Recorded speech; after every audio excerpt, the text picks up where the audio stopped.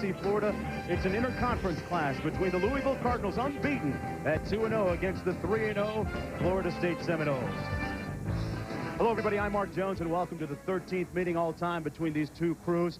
Florida State comes into the game ranked number 2 in the country. They have a 15-game winning streak, which is the best in the entire nation. They're led by senior quarterback Chris Wenke. Wenke, coaches say, is the best QB they've ever had here with respect to his meticulous preparation. He audibles out of bad plays and gets them into great plays, and so far, hey, look at the evidence. There have been plenty of great plays for Wenke. A win today, and he would tie our very own Gino Torretta with 24 consecutive wins as a starting quarterback. Gino's down on the field, and Gino, I can tell you that you can tell us, too, that when it comes to quarterbacking, you cannot overstate the importance of experience. And Chris Wenke's been outstanding in 2000. I made 2 starts in my career right here on this very field. In 1989, as a redshirt freshman, the 3rd start of my career, we lost 24-10, the only regular season loss of my career. 2 years later, 1991, we won 17-16, known as Wide Right 1 to all the FSU fans. And guess who's making the 3rd start of his career? Louisville's Dave Ragone, the 3rd-rated passer in the NC2A. You know when you face FSU, you're going to face a great defense, but you can't simulate the atmosphere here at Doak Campbell Stadium. The fans and the noise are relentless. 60,000 fans when I played here, Rob, and now there's 80,000. Off, Gino, I'm shocked that the Seminoles would allow a former Hurricane here at Doak Campbell Stadium. Folks, if you are a visitor, this is not where you want to be. The main reason, these people, the atmosphere that they create. Louisville knows this. They try to pump in the FSU war chant during practice this week, but even they admitted you cannot fully replicate the atmosphere that these people bring to the game. One other bit of bad news for Louisville, Florida State coming in a jovial mood all week, Mark. They've been celebrating Bobby Bowden's 25th anniversary as head coach here in Tallahassee. And the last thing the crew wants to do is spoil the levity with a loss here at home. Rob, make sure that Gino gets back with a little security to the booth. Right now, let's get back to Bristol. All right, Mark, thanks a lot. And on Bobby Bowden's silver anniversary, this would be quite a statement for Louisville for the Conference USA if they can do it. Well, it's not the biggest word. We've seen a lot of things happen already today, and Louisville's an opportunistic team. Auburn was going to, remember, be playing this game. Right. They elected not to. So Louisville said, hey, give us a shot at him. And this Dave Ragone's a pretty good player. We've seen him already. Yeah, you betcha. Let's get you up to date on a couple of things going on right now. Eric Crouch had only 1 touchdown pass coming into this game. He's thrown 4 against Iowa, John. Yeah, play action is his thing. When they run the ball, they're good at it. And speaking of teams that can throw it around, the mighty Gators are getting it done. 51-17. They are laying the wood to Kentucky in the swamp. Kentucky said they wanted to step up, but they're not doing it today. Alabama and Arkansas, that's our nightcap, 9 o'clock Eastern time. Freddie Millens and the Crimson Tide trying to find a little bit of offense. Houston Nutt unbeaten at home, but we've got Louisville and Florida State to talk about, and one of Chris Wenke's favorite targets, Marvin Menace. Cardinals are trying to control him. Coming up. I milked a cat once. Greg is spending the weekend with his girlfriend's parents. I had no idea you could milk a cat. Oh, yeah, you can milk anything with nipples. I have nipples, Greg. Could you milk me? What could possibly go wrong? Jake's strictly a house cat. You can't let him outside. From the director of Austin Powers. You tried to milk him, didn't you, you sick son of a... Robert De Niro, Ben Stiller. You okay, sweetie? Yeah. Meet the Parents, rated PG-13. At theaters Friday, October 6th. Mr. 1-800-CALL-ATT for collect calls is his name. Saving big bucks is his game. It's the same low rate every minute, everywhere. C-A-L-L-A-T-T. He's afraid of nothing. Who's that? Dial 1-800-CALL-ATT for collect calls. How to speak Australian.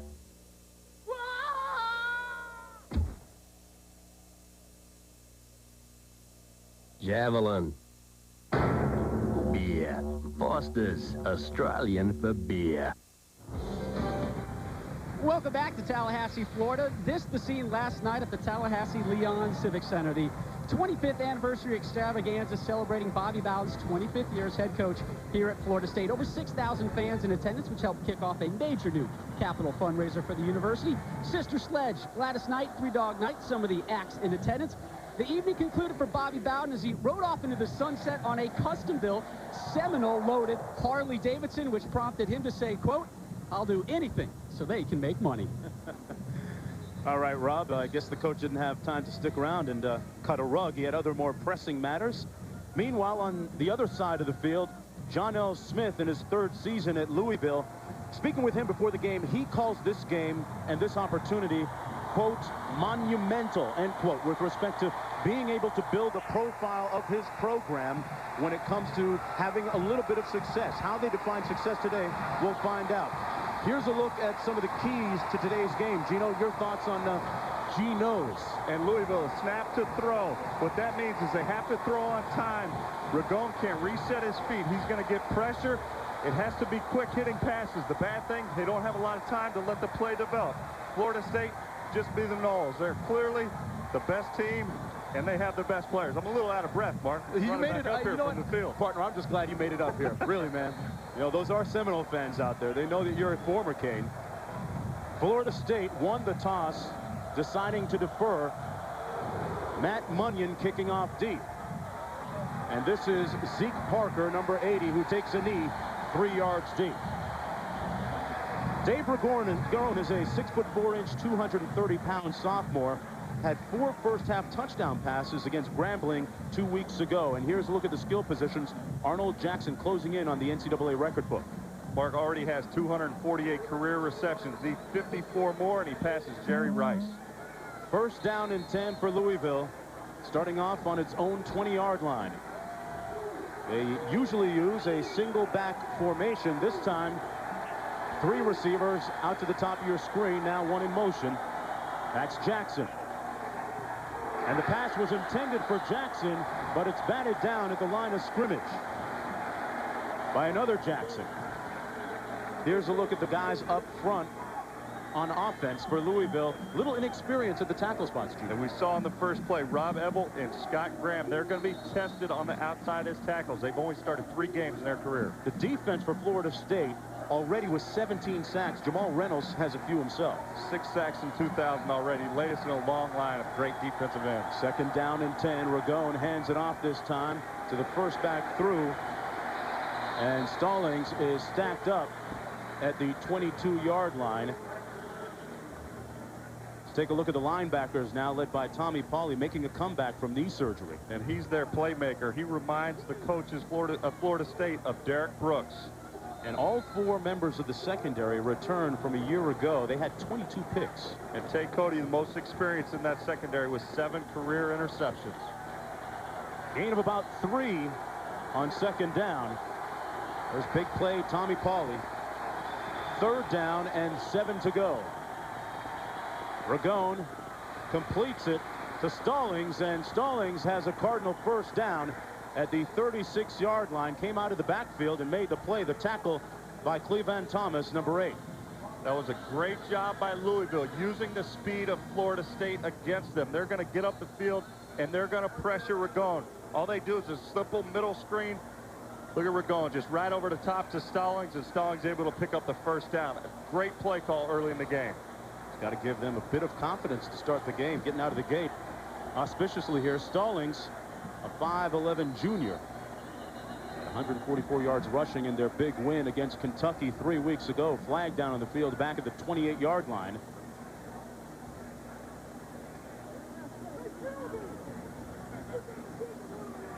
There is no flag on the play. Louisville called timeout as the huddle broke. Timeout, Louisville. Timeout! Timeout! John L. Smith and his crew will talk it over as we're just underway here at Doak Campbell Stadium. We'll be right back. It all comes down to this ball, the 14-yard line. No timeouts left.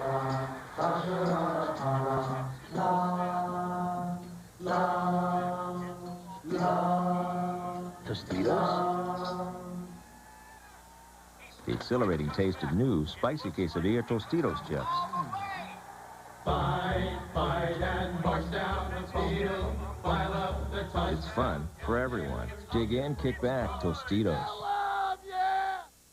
Ladies and gentlemen, now what you've all been waiting for, the middleweight gold medal match.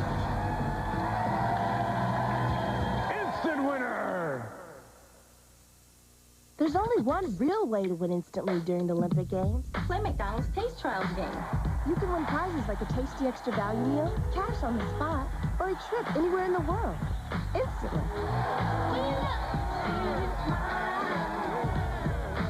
There's always a combination of taking a knowledge and applying it. For example, I know who the shooter is. I know what he does, what he thinks, under stress, how he'll act, what's his favorite thing to do, what's his least favorite thing to do. And I got most of my rebounds before he took the shot. Knowledge is the edge. Call your advisor or Invesco Funds about the Technology Fund. You should know what Invesco knows.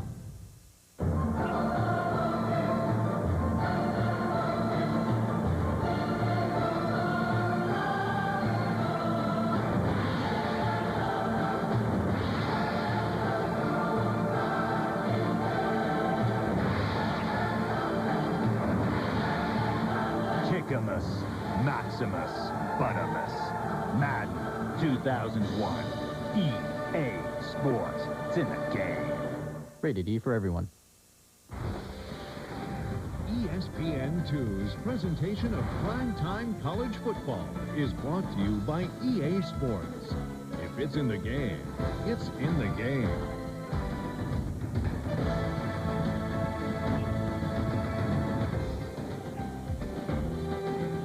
Mark, the defensive line for Florida State. They know Louisville is going to try to get rid of the ball quick, and Alonzo Jackson does a great job of seeing when Ragone plants his foot on the third step, getting his hands up, and batting the ball down. Jackson was forced into action because of injuries up front as he responded. Sophomore from Americus, Georgia. First down and 10 after the Louisville timeout. Jackson in motion to the top of your screen. And we had some extracurricular motion. Flags down. Bit of a funky beginning here, especially for Louisville. Forced to take a timeout. It appeared as if they didn't have the right personnel grouping on the field, Gino. Prior to the snap, encroachment, defense, unabated to the quarterback, 5-yard penalty, still first down. Almost looked as if the guard jumped, Mark, and enticed Reynolds to come off. The officials didn't see it that way, but Louisville's first timeout is because they didn't have the right personnel on the field. They broke the huddle, had to call a timeout, and burn one early in the game. First down and 5 now from the 42. Ragone almost picked off that time. Let's go back to the studio with Reese Davis. All right, Mark, Woodrow Dantzler second in the country in pass efficiency, #1 in the ACC. People wondering, how long can he keep leading the ACC in rushing? Clemson against Virginia. I'm betting he's going to lead after this week, too. 35 yards, he goes to the house. This after a 75-yard touchdown run. He's over 200 in Clemson's roll. Clemson, an imposing opponent on the docket for Florida State down the line.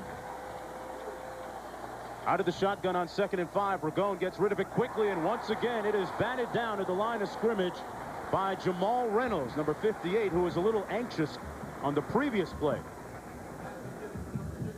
And Mark, Mickey Andrews, the defensive coordinator at Florida State, knows teams want to get rid of the ball quick. Look at Reynolds. He sees Ragone, plants his step, trying to get it off quick, gets up and bats another pass. We might see that all day. That'll get him a little sticker on his helmet, and maybe even get him a reward and get him out of one of those gassers after practice. 3rd down and 5. They come with a blitz, Florida State does, but it's picked up. Nice catch by Dion Branch, number 9. He's close to the first down at the 49-yard line, and it is a Louisville first down. So they move the chains once again, their 2nd first down of the afternoon. And Ragone, recognizing Florida State came down with a late blitz. They tried to disguise it. He sees it, throws hot to his receiver, Branch. That's a great job. I'm very impressed with Louisville's first drive thus far.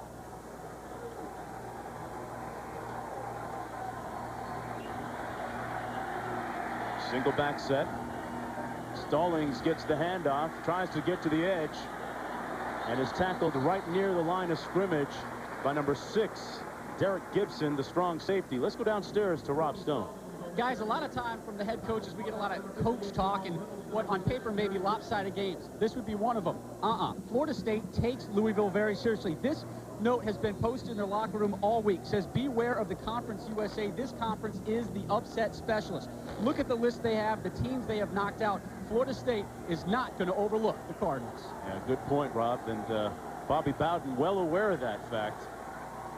2nd down and 8. Jackson in motion. And that is the 3rd pass batted down at the line of scrimmage by the Seminoles today. Brian Allen, number 55, that time getting a big paw on the pill. And Allen trying to come through on a blitz.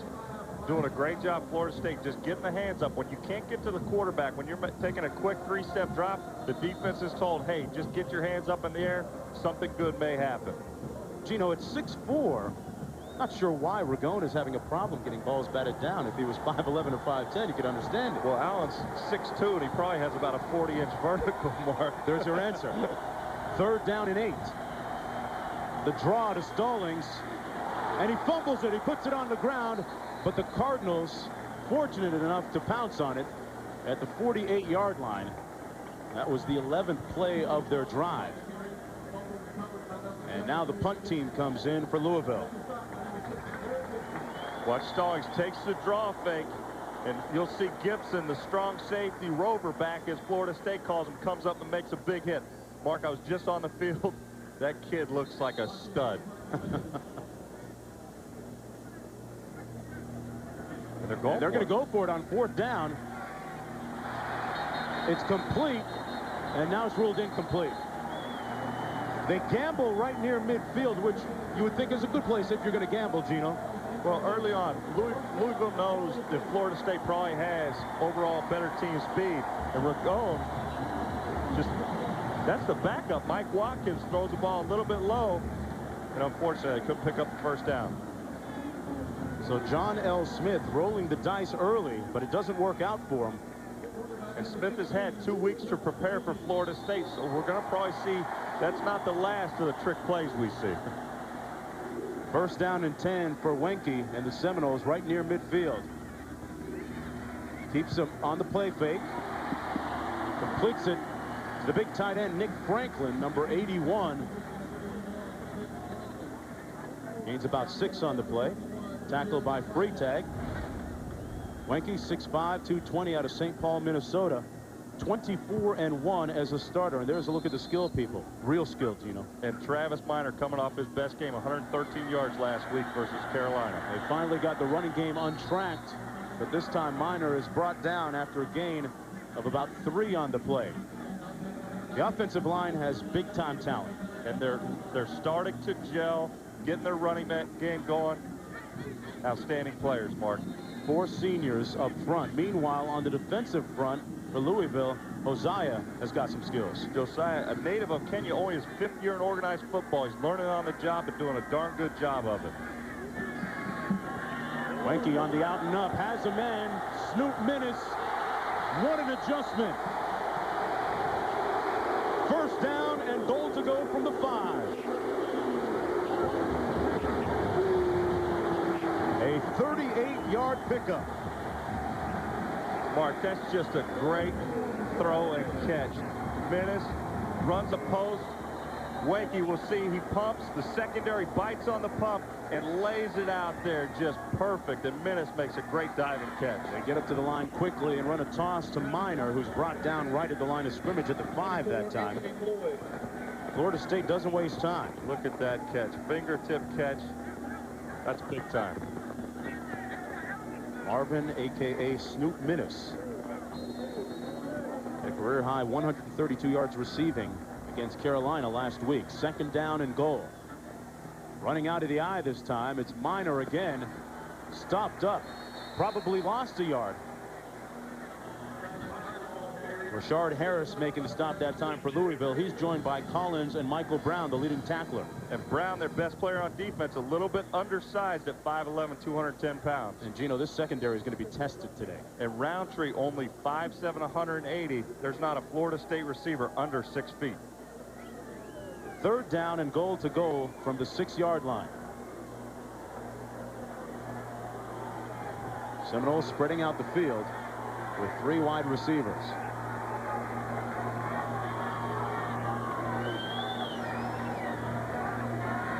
Out of the backfield, Minor. Stopped up short of the goal line. The Cardinal defense responds, backed up to their own goal line. Nice tackle that time by Rashard Holman, number 2. As 4th down and goal to go from about the 1.5-yard line. And Louisville doing a great job of rallying to the ball and not letting Travis Minor get in the end zone with that swing route. Not sure if this is an indictment on the field goal kicking of Florida State, but they're going to go for it on 4th and goal. And a split wide to the bottom of your screen. Wenke, and it's dropped. Nick Franklin had it in his hands. He was so wide open. And the Cardinals will take over on downs. A super call by Mark Richt, the offensive coordinator for Florida State. Just a simple eye play action fake. Hits him right in the numbers. Nick Franklin drops the ball. We'll be right back. He wants that one back. The PC that gets through homework at the speed of an Intel Pentium 3 processor that powers the ideas that come to life on a bright, vivid monitor and print out in full color. This is the compact Presario 5000T with one-touch internet access that for just $8.99 lets your family see the whole world wider. Call 1-888-921-6717 to get yours today.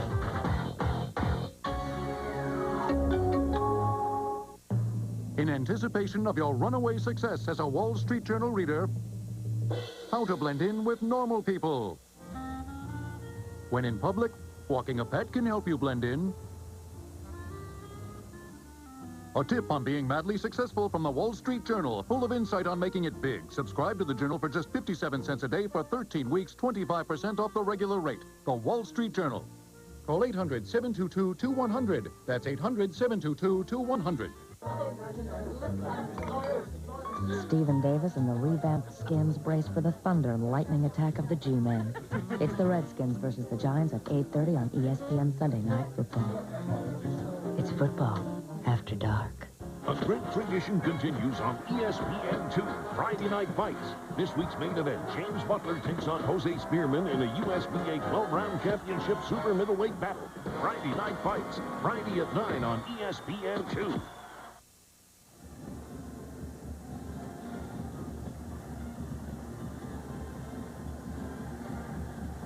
Zeros on the scoreboard and a blown opportunity by number 81, Nick Franklin for Florida State. Franklin just drags across the field. They make the play action fake the other way. Wenke throws it right between his numbers. Just a drop touchdown opportunity there. Now, I said that it might be an indictment on their place kicking. That is Matt Munyon. He's the starting field goal kicker for today. He lost his starting job in the opener against BYU because he missed 2 field goals and an extra point. Then in came Brett Cimarelli, who got an opportunity a couple of weeks after that. He blew his opportunity. Then Gwaltney also had a chance and couldn't get it done. Running out of the shadows of their own goalposts. Stallings that time gets about 1 on the play. And Mark, I thought the best comment by Bobby Bowden, when you said, "Hey, what's up, coach?" He said, "Obviously not the kicking game." Not the ball. But they feel now that Munyon is the guy. Guys, Tuesday, Munyon nailed 25 straight extra points on his own at practice. When he joined the rest of the team, he proceeded to miss his first few, which prompted Bowden to prove what most college head coaches feel. Mamas, don't let your sons grow up to be kickers. A good bit of advice from the coach. Stallings fumbled it.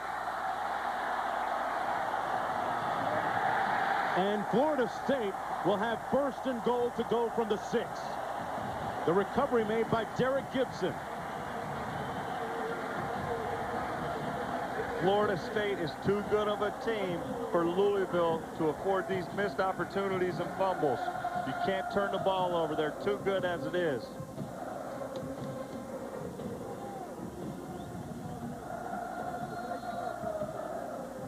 He appeared, looked almost as if he might have been down on that play. Regardless, though, 1st and goal from the 6. Florida State working with a short field, very short. This is like room service. 1st and goal. Minor between the tackles. Mark, let's take another look at the Stallings run here. Able to make a few players miss on the Florida State defense, diving forward here at the end. Is he down? Almost looked as if his knee was down, he was stretching out for that extra point, but they are. Florida State is at home, and this is Doak Campbell Stadium.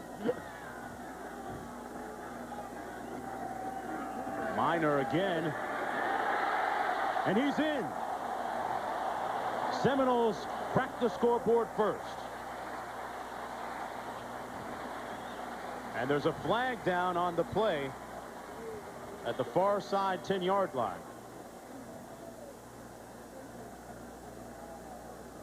There you see just the size of the Florida State offensive line starting to gel, mesh everybody in, and Minor able to muscle in for the touchdown. Personal foul, roughing the passer, defense, penalty refused, touchdown. There's your flag. Wanke does a great job of carrying out the play-action fake, but the defensive end for Louisville getting a little overzealous there, trying to take him out. Yeah, number 52, Rashard Harris, the 6'2 senior. And in comes the documented Matt Munyon for the extra point. Right down the pipes this time. And behind number 23, Florida State taking a 7-0 lead. And a standing ovation by some here at Doak Campbell Yeah, a bit Stadium. of a derisive cheer, wasn't it? You can sense it still. Chief Osceola aboard Renegade. Seminoles lead. People always ask me where I like to go, as if I had some secret riding spot somewhere. But if you ask me, having someplace to go sort of takes all the fun out of it, don't you think? The 155 horsepower GP 1200R from Yamaha, the most powerful wave runner ever made. Yamaha, the most popular boat on the water. Through October, get 000 financing until March 2001 on all new 2001 models. You think football is fun? Not anymore, though, is it? Zero fun, sir. All right. You got anger, that's good. You got aggression, that's even better. Get up! We will be perfect in every aspect of the game. I'm a winner. I'm going to win. Remember the Titans is a giant of a movie. We're going to change the way we run. One of the best films of the year. We're going to change the way we win. It's an unbeatable combination of heart and soul. We are changed. Remember the Titans. Rated PG. Starts Friday, September 29th. I know about bikes. Titanium, magnesium, I know more than you want to know. But what I know about employee benefits wouldn't fill a coffee cup. That's okay, we're all fixed up with Guardian. Now, everybody who works here can do what I do. Think about bikes all day long and not have to worry about medical or dental or even retirement. This is a lot better than having to work for a living. There's a place we all want to be. Go there with Guardian. The footballs will be flying on the Terrapins' home turf when they look to upset Florida State. Florida State versus Maryland at 8, Thursday on ESPN. Welcome back, everyone, to Doak Campbell Stadium on a resplendent Saturday afternoon. You don't believe me? Look at that, 87 degrees, 92. It is sticky % humidity. Hopefully it won't rain on Louisville's parade. That's what they're hoping, much like it did in the area here yesterday. A torrential downpour pounded the Tallahassee area since Friday morning at about 3 o'clock until, well, 2 o'clock in the afternoon.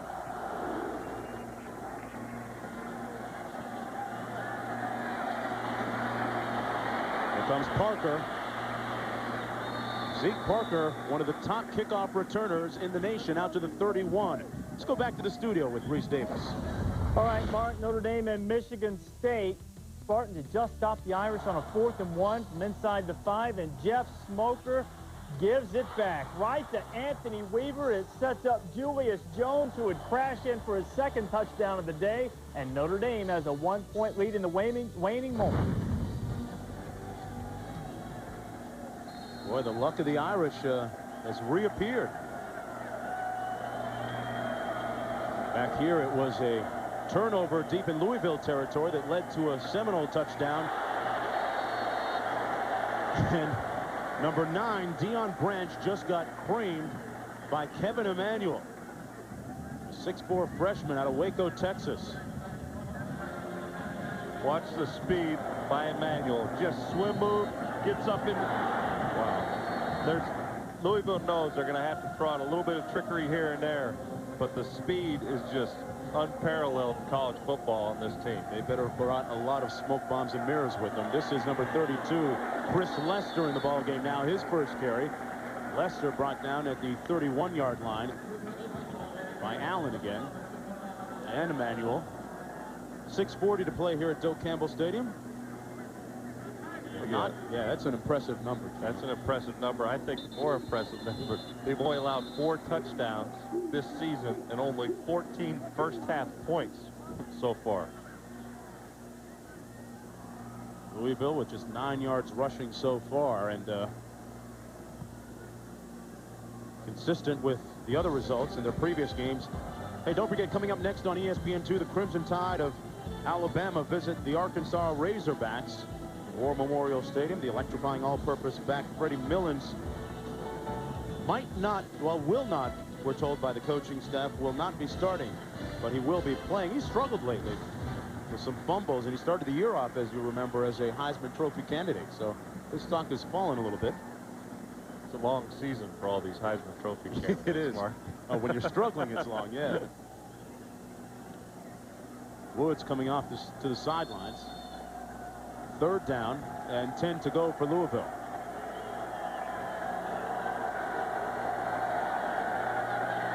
We're going on the screen to Lester. They run the screen into the boundary and nowhere to go.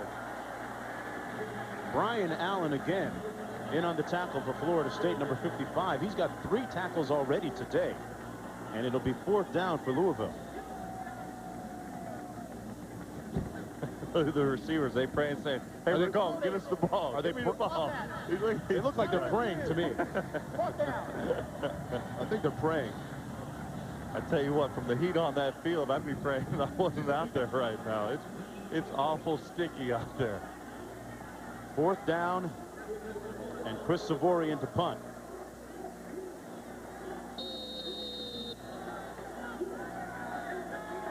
Levon Thomas back deep, standing on his own 35 for Florida State. A low line drive almost hit a Florida State player. Flag down on the play, and the ball down at the 33. A 39-yard punt. And speaking of punting, here's what the coach, John L. Smith, had to say about his punter. I think he's taking too much time thinking too much. It's like golf. If you think too much about what you're doing or not doing, yeah, you tend to hit it wrong. We can all agree with that.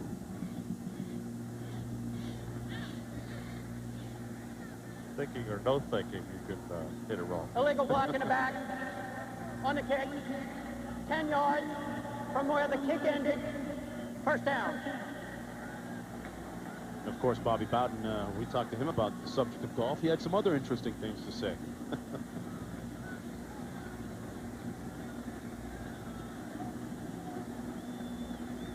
Six minutes to play in the first period. Florida State leading 7-0, courtesy of a Travis Minor touchdown run.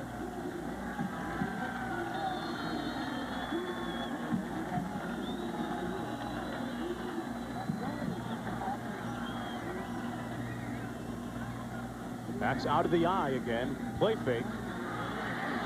Wenke. And it's picked off. Rashard Holman out-left Snoop Minnis for the ball. But there's a flag down at the 20-yard line. Mark, they got him the first time on a post and go. They tried to out and up, and Rashard Holman does a great job. He's all over Snoop Minnis. There you see Wenke throw the ball. And Louisville's trying to put a little hurt in the offensive lineman for Florida State. He doesn't like seeing any of that activity. That's twice now that they have been hit with personal foul. After the play was ruled dead. Personal foul. Florida State. 15 yards from the interception into the run. 1st down. That one goes against the Seminoles. You know what they say? It's always the second guy that gets caught. Is it true? Wenke with his first pick in 127 pass attempts.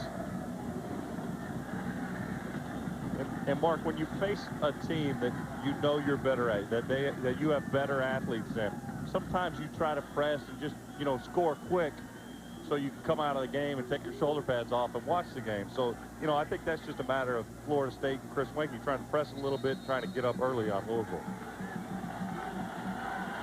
And then, of course, if he makes that throw, then everyone says, oh, they're going for the jugular. They got the killer instinct. If ill. First down and 10. No backs in the backfield. We got 5 wide receivers on the field. This is Louisville's best field position of the day at the 46 of Florida State. Deion Branch makes the catch at the 41-yard line. Gains about 5 on the play. The tackle by Tay Cody. Deion Branch, a former junior college All-American, last year did a great job on the scout team. Super job on the scout team, but Mark, he's got 12 catches this season, 4 touchdown catches already thus far this season. Sets up a 2nd down and 5.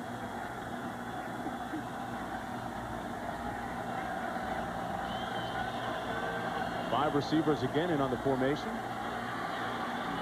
Incomplete, intended for Arnold Jackson, and he dropped it. Would have had the first down.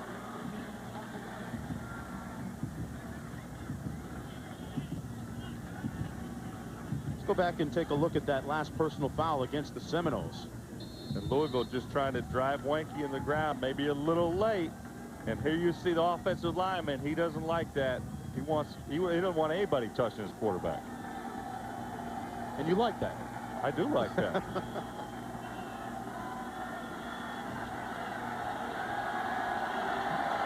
Louisville 2 of 4 in 3rd down situations tonight. Ragone complete for the first down to Jackson, and Jackson is out of bounds at the 22-yard line, pushed out by Tay Cody. But the Cardinals move the chains. Mark, we talked about guys trying to get hits on a quarterback. Watch Reynolds at Florida State deliver a blow to Ragone here. And that was questionable if it was late or not. Hey, he knows someone was messing with his quarterback, so he's going to try to get the other team's quarterback. There are a lot of players, Gino, with bad intentions today.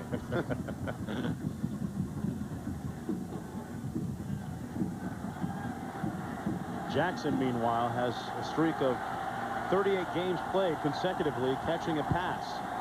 1st and 10. The handoff is to Lester, and Lester is dragged down from behind by Derek Gibson, the strong safety out of Miami, Florida. Mark, that play was going nowhere from the start. When you run the football against Florida State, watch Gibson. Here's Gibson right here. He'll come up, he starts stringing out. Stallings, the running back, Lester, and Lester does not have the speed to get by Gibson and get upfield. Gibson, a 3-year starter at the rover position for Florida State. And the size of him, Mark, he looked outstanding. He small waist, big shoulders, benches over 420 pounds, just a stud. We're going to pass. Incomplete, and almost picked off that time by Cookie Thomas, number 8. Thomas, their best cover corner, a 6-foot senior. Sets up a 3rd down and 13. Mark, we just showed the blow on Ragone. There's another blow on Ragone. He's going to be getting pressured all game. They're going to be in his face. They're going to be hitting him. Do they maybe start not sending out 5 receivers and keep more protection? Gino, what do you do? Well, that's not their game plan. Louisville throws the football, so they're going to throw it. I think you continue to throw it and pray to God your quarterback doesn't get hurt.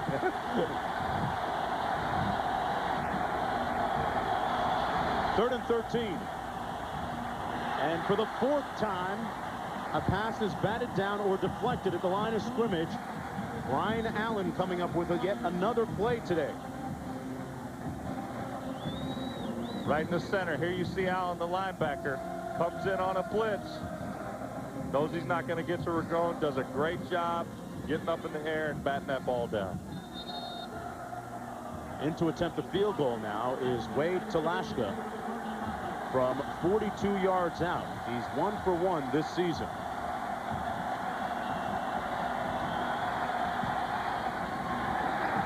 And he pushes it off to the right. So both these teams have kicking issues. The Cardinals blow an opportunity, and with 4:11 to play in the first period, the Seminoles lead 7-0 still. Their lofty #2 ranking on the line, and it is getting physical down on the field. We'll be right back.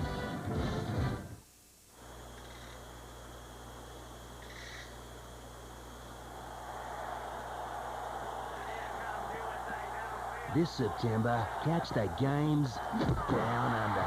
The complete Olympics from Australia. Exclusive coverage on NBC, CNBC, and MSNBC.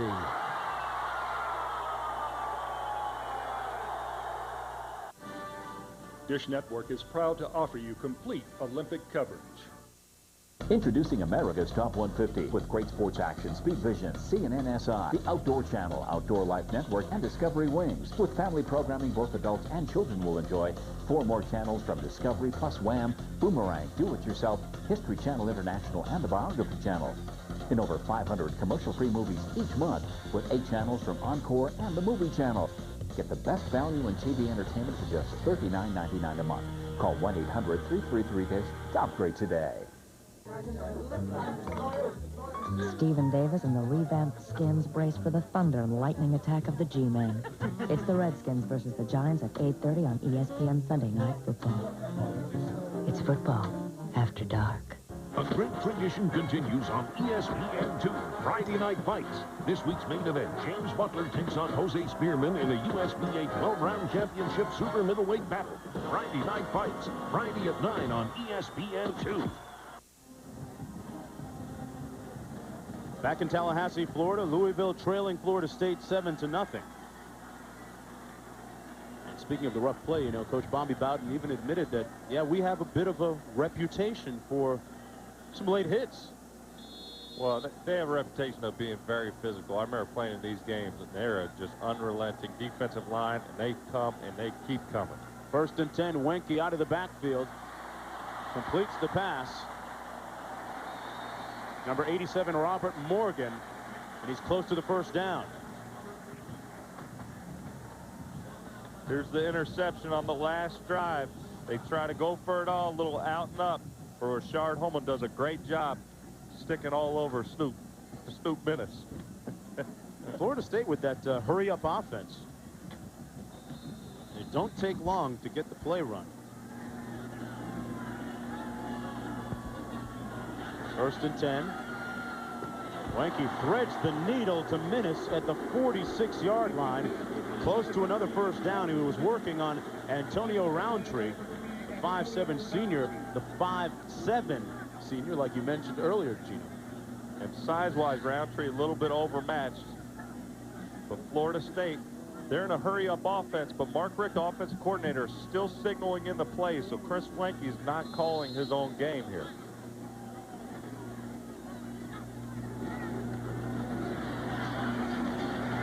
Run it up the middle for the first down. Let's go back to Reese Davis in the studio. Michigan State was down to its last chance, Mark. 4th and 10, pinned deep in its own end on the 32-yard line. Freshman quarterback Jeff Smoker had been harassed all day, and suddenly he finds Herb Haygood, and Herb logs on. He's gone 68 yards. The Spartans on top late, 27-21. Wow. Be one of those whoever has the ball last wins. Wenke on the post, and it's broken up. Nice play that time by Rashard Holman. And the fans want a little pass interference there. Holman does a great job. He's all over the receiver, but a little bit of contact there at the end of the route. This is where I think this is not Florida State's game, always going deep. Wenke is good at moving the chains and high completion percentage. That's what Florida State has to get back to their regular offense here. See what they do here on 2nd down and 10. Out of the shotgun. Inside handoff to the fullback, William McCray, who plows his way forward to the 46-yard line. Tackled by Michael Brown, Louisville's leading tackler. And in 1999, Conference USA all-freshman choice. Mark, in talking to the Louisville coaches, they made sure they talked to Miami, they talked to Florida about this atmosphere here at Doak Campbell Stadium, how to win here and how to play here. And Minnis goes high, but Gino couldn't come up with that one. Working on Roundtree again. Snoop having a great season so far. And he was hyped up on the sidelines trying to get his teammates hyped up before the game. Averaging over 100 yards per game this season. Into punt now is Keith Cottrell out of Orlando, Florida. The 6'4" senior. Meanwhile, Jackson right there for Louisville, standing on his own 10. Little contact on the kicker, and there's a flag down. They're going to rule it a touchback. Donovan Arp, number 79, ran into the punter, Cottrell. A 46-yard punt that goes into the end zone. There's Cottrell. Roughing the kicker. Defense. 15 yards over the line of scrimmage. First down. Bowden said, Mama, don't let your boy grow up to be a kicker. So the Seminoles get a free one with 2:22 to play in the first period. Bobby Bowden, 4th all-time in wins at a single school on the list. And he is 8-0 all-time against Louisville.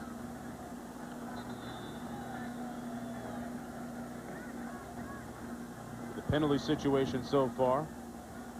Louisville has just been issued a sideline warning.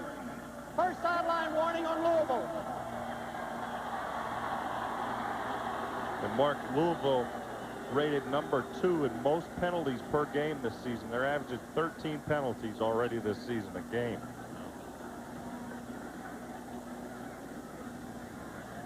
Got to keep those troops in check. Gino, first down and 10 after the penalty. Called to 31.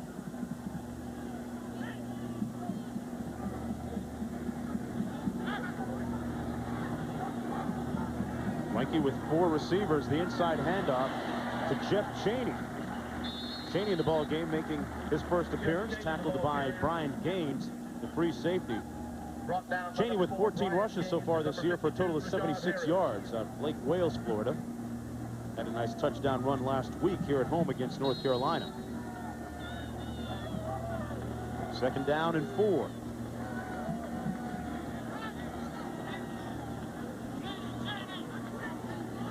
Wanky doing a little bit of audible here on the last couple plays.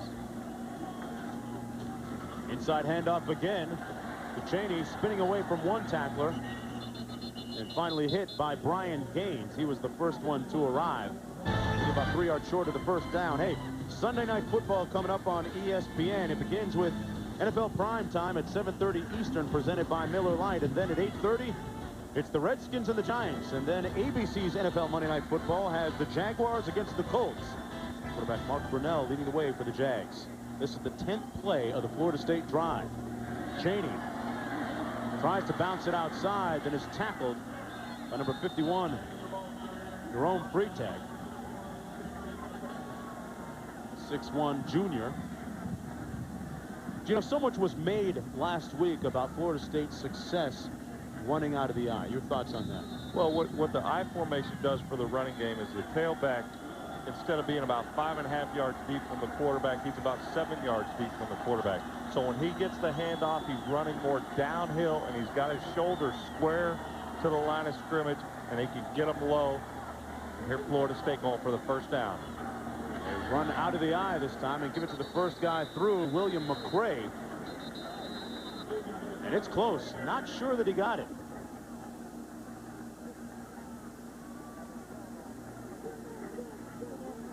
Both those fullbacks for Florida State, McCray and Golightly, are excellent runners and blockers and receivers. And Florida State's sending in 4 wides for the next play. They apparently think they have the first down, but it's awful close. Too close to call here.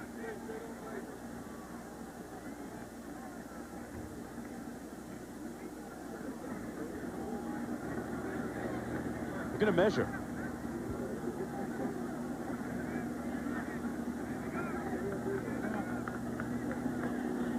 Nope. And Louisville Louisville will take over on downs. Mark, Florida State's come out early in this ball game a little flat. I know Rob said they're not overlooking Louisville, but they haven't had much success early in the season, or this early in the ball game. Louisville, remember, is #1 in the nation in rush defense, yardage allowed. 9th in total yards allowed, and 34th in points allowed. And who knows, the coaches for Louisville thought that was just a reflection of we hadn't been tested yet by a good running ball club, but they're doing a great job thus far. Just 7-0 with 31 seconds to play in the first quarter. Inside handoff this time to Chris Lester. He stopped up at the 21-yard line by number 44, Bradley Jennings, the 2-year starter. Second down, about 8 to go. Let's go down to Rob Stone.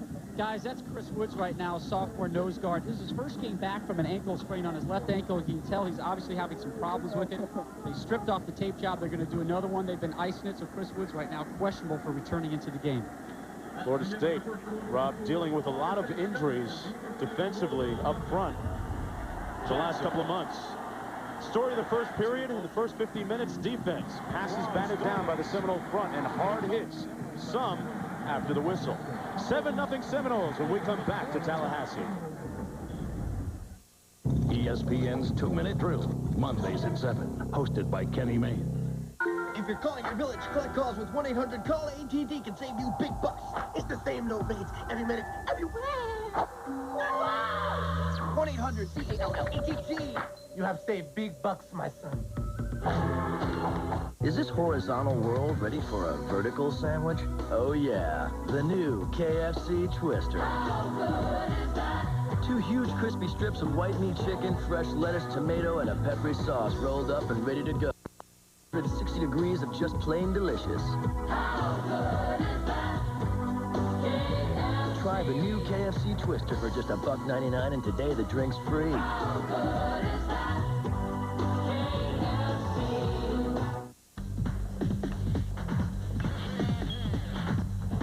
All right, who can solve this?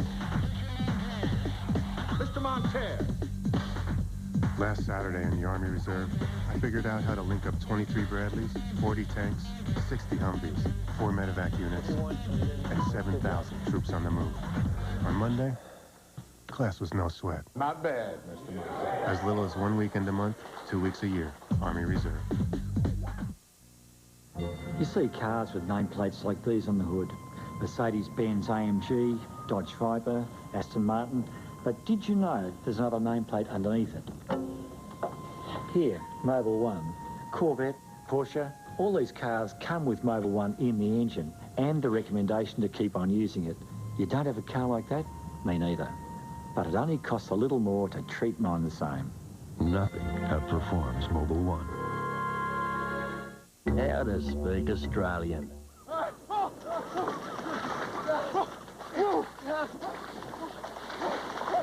Synchronized swimming. Beer.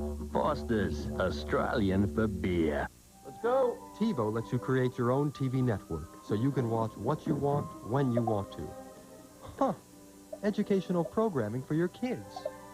That's a curveball. Laces out on a field goal. 7-10 split. Slammer, jammer. Icing. The law. Jenny, triple axel. Bobby, stop doing that, Jenny. Bobby, please! Bobby! And welcome back, everyone, to the Florida Panhandle and Doak Campbell Stadium in Tallahassee. 7-0, the home crew winning so far. And look at the 4th down situation. 3 conversions attempted so far, none successful. 2nd down and 10, the pass complete to the 29-yard line. Tommy Pauly making the tackle on Ronnie Gent. And Mark, going for it on 4th down. That means Louisville, hey, we got nothing to lose. We're going to go for it. We're going to try to win this ball game. And on the other side of football, Florida State saying, hey, we have better players. We should be able to get those short yardage situations for the 1st down. Just a moment ago, you got an injury update on Woods from Florida State. Chris Woods, number 98, the defensive lineman, he is now declared done for the rest of the day. An inbound line here to the left, Mark. On 3rd down and 3, the waggle wide open is Gent, and Ragone misfired that time at the 34. Gent, a 6'2 sophomore, had a good game 3 weeks ago against Louisville, and the coaches really like his ability. That's a tough throw by Ragone. Remember, he's left-handed. It's awful hard rolling out to his right to get his shoulder square to the line of scrimmage and hit Gent, the tight end, coming across. But a good play call. They overloaded the offensive line to the left-hand side and dragged Gent across the formation. He got wide open. High snap, and Savori gets off a nice high spiral back to the 25.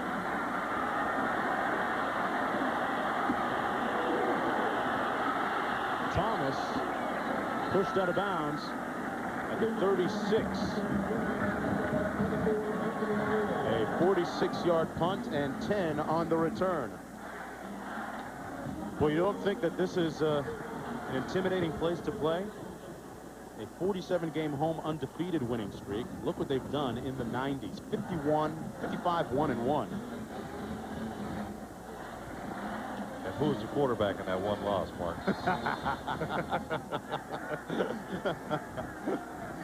First down and 10. Some people let you know about it, too, earlier. I saw them. Wenke out of the backfield, complete. Travis Minor tiptoes down the sideline before being pushed out by Antonio Roundtree. And he has a Florida State first down near midfield. And I mentioned earlier in the ball game, Florida State, Chris Wenke, just dink and dunk, move the chains. When the big play's there, then take it. Don't try to force any big play on this defense.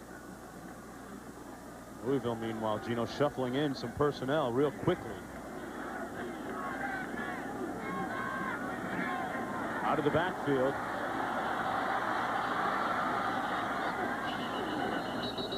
Tackle made by Holman. Wenke looking for his 24th consecutive win, and here's what he said it would mean to him. Well, I guess it's just one more step to obviously the level I'm trying to get to, and that's repeat what we did last year and go undefeated. So, you know, my approach to the game is to win every week and to carry on what we finally delivered on last year, and that was an undefeated season. So my goal coming back when I decided to come back was to go 13-0. 24 would be nice. Put myself in company with guys I've seen before. And if that wasn't a late hit, I haven't seen one yet. Donovan Arp drilled Wenke while he stood defenseless on the sidelines. Mark, it almost looked like he's still in bounds. Just take a look at where his feet are. Let's take a look. Here he's right on the sidelines. He had one foot in bounds. I'm sorry, that's he's still in bounds. He's got 1 foot in bounds. He had not stepped out of bounds. I mean, it looked bad because he had given up, but if you're close to the sidelines, you have to get out of bounds if you don't want hits like that. He got drilled with the helmet, too. Does a great job sidestepping. Personally, I don't think he was out of bounds yet. It looked bad, and it was awful bad hit. 2 fouls on the play. Holding. Offense. After the player stepped out of bounds. Personal foul. Late hit. Defense. We will enforce the 10-yard holding foul. After that point, we'll enforce the dead ball, 15 yards, late hit, automatic first down. There's your explanation. Let's take a look. He's right on the sidelines. He does a great job here of sidestepping. But look, his feet are in bounds. Here's Arp, the defensive tackle. He hits him before his foot is out of bounds. I'm sorry. I think that it looks bad because he looks defenseless, but he's not out of bounds. He's still in play. At 1 foot, definitely in play still. That might be that unabated rule, you know what I mean, when the defensive end jumps offside, they blow the flag, hey, unabated to the quarterback. This has been a very physical game so far.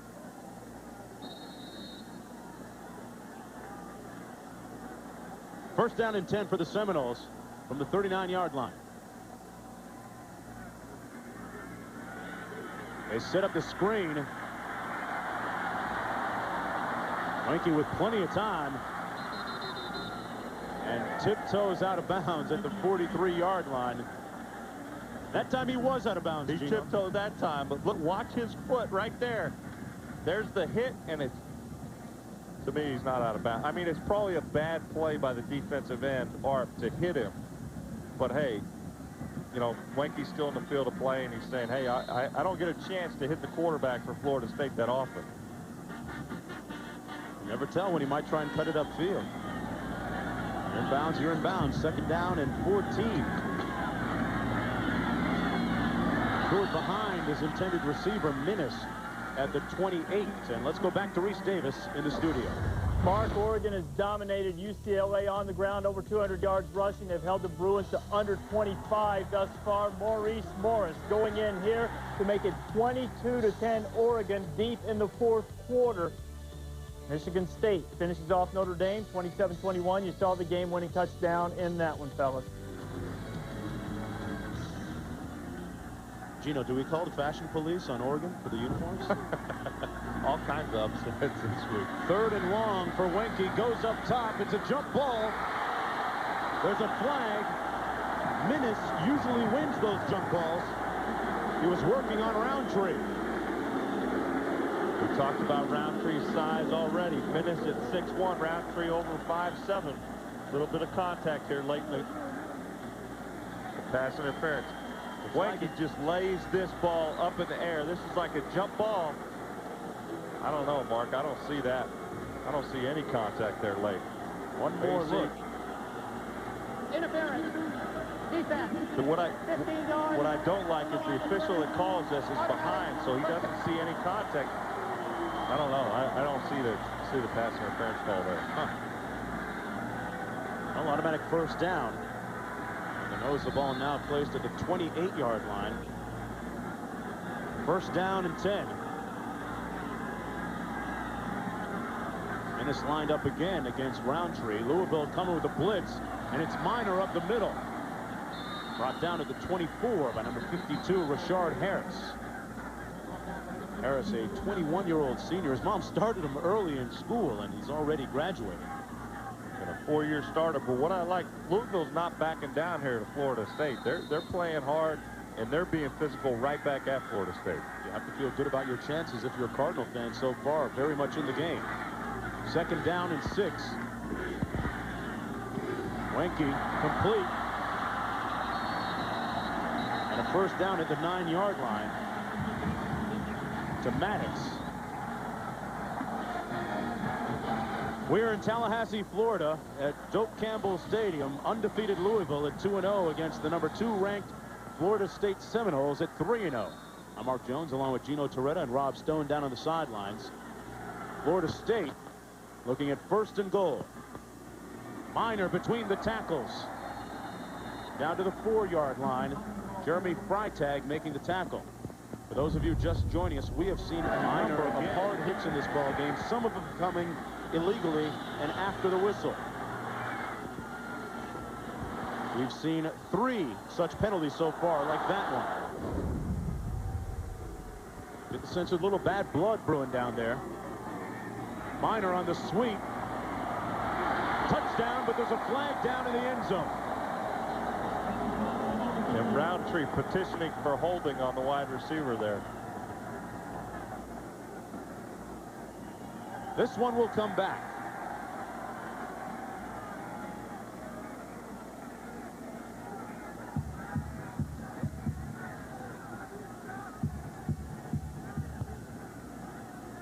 Holding. Offense. 10 yards. Spotted a foul. Second down. Nice looking play. Goes for naught that time. Well, there you see already 8 penalties thus far in the game early in the second quarter. Second and goal as they push it back to the 13.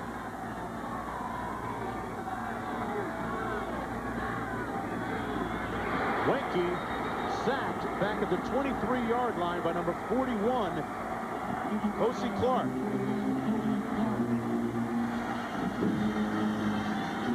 And it's 3rd down and goal. The ball is back at the 23 now. Let's watch Kobe Clark. He just comes right up the gut. There you see in the middle of the screen. A super fast swim move, gets around the guard, Jason Ahmad. It gets to Wanky in a sack. Lots of pressure on these two quarterbacks, and that's when you start making mistakes, when you get pressure on you. Miner has some real estate ahead of him, and he's tackled by the cornerback, Rashawn Holman, at the 7. It's 4th down and goal to goal now. Last time they went for it, eschewing the field goal. This time, they're going for the field goal. Still waiting for the kicker to come out, and in comes Matt Munyon. Okay, so Bobby Bowden is going to try and endorse his field goal kicker this time. The 5'10" freshman who is 0 for 2 on the season so far. And Munyon temporarily silencing the critics. Florida State leading 10-0. The Louisville defense coming up with a nice stand. We'll be right back.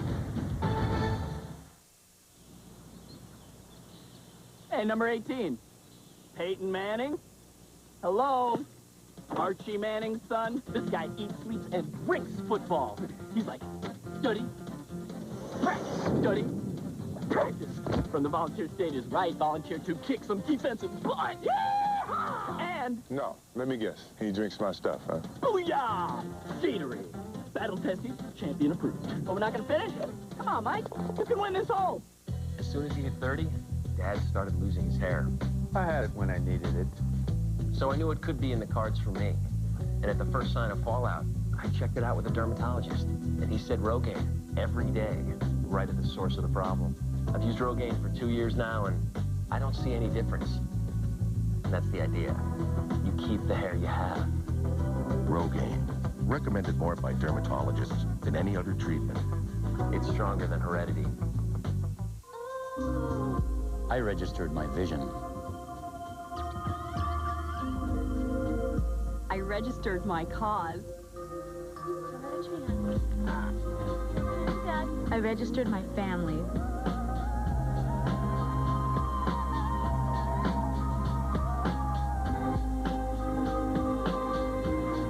Visit register.com or call 1-800-5WWW-NET to register today. My pickup busted, my marriage rusted. She sent me on my way. I need some help to get me through my day. Life is tough, but I got my stuff and my dog, so I'm okay. I need some help to get me through my day. Tender and satisfying pemmican beef jerky. Pack your pemmican and you'll survive the day.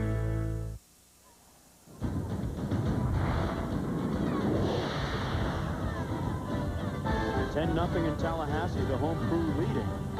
Louisville comes in undefeated at 2-0. John L. Smith's team off to a good start this season, averaging 46 points per game in their 2 games so far. And one of those, of course, hey, it's always a big win, Gino, when you defeat your cross-state rival. They defeated Louisville to open up their season. Here's a look at the scoring drive from the Seminoles. 11 plays, 58 yards, using a little over 3.5 minutes on the clock. A high short kick. And they call for the fair catch. Kyle Salmons fielding it. We referred to that big win Louisville had against Kentucky. Here's a look at some of the key plays. Arnold Jackson with a key clutch catch, and the defense really rising to the challenge. Mosiah with the sack on Jared Lorenzen, all 270 of them. And then the winning touchdown. Tony Stallings up the middle, and he just kept on running to that Johnny Unitas statue. That was good, Mark. Yeah. John L. Smith said, Gino, hey, it's not too many times you get the opportunity to shock the world, and that's what they're looking to do today. And John L. Smith, a disciple of Dennis Erickson, coached under him at Idaho. There you see our own ESPN Lee Corso at the top of that list. The pass complete to Jackson. Near the first down at the 48-yard line. Tate Cody the corner making the tackle. Arnold Jackson is kind of a local product from Jacksonville, so he has no doubt a few people here watching today. A bit of a homecoming for him. And former coach Ron Cooper actually discovered him at a basketball game when he went in and dunked the ball a tomahawk style at just 5'8", so he's got some crazy hops, G. That'll usually tip you off that you're watching a good athlete, right? Guys, Jackson had never even played wide receiver until he arrived at Louisville 4 years ago. Now he's their career leader, catches and receiving yards. His athletic adaptability also demonstrating his track and field talents. Illegal substitution. Breaking the huddle with 12 men. Yeah, Rob, and he is moving up on that list you can see on the screen. On pace to crack 300 career receptions. Yeah, you mentioned his long jumping, Rob. Jumped 25-4, Gino, with no training and no warming up whatsoever in a Conference USA meet. I tell you what, some of the receivers, I think both Jackson and Deion Branch, both Florida kids, both fast, great athletes. They got a few of them in this state. Hey, Jonesy, with that jump at 25-4, he was within 2 inches of qualifying for the U.S. Olympic trials, too. Yeah, Rob, he'd be in Sydney right now. Or close to it. Flags down on the field. Arnold Jackson caught 101 passes a year ago. And he comes into the 2000 season as the nation's top returning wide receiver. And Mark, over his career, has over... False start. Offense. 5 yards. Still first down. Has over 3,000 career receiving yards. That's better than a lot of quarterbacks that play Division 1A, let alone receivers. Louisville, meanwhile, Gino, continuing to implode on the field with penalties. Ball now back at the 38. It's first down and 20.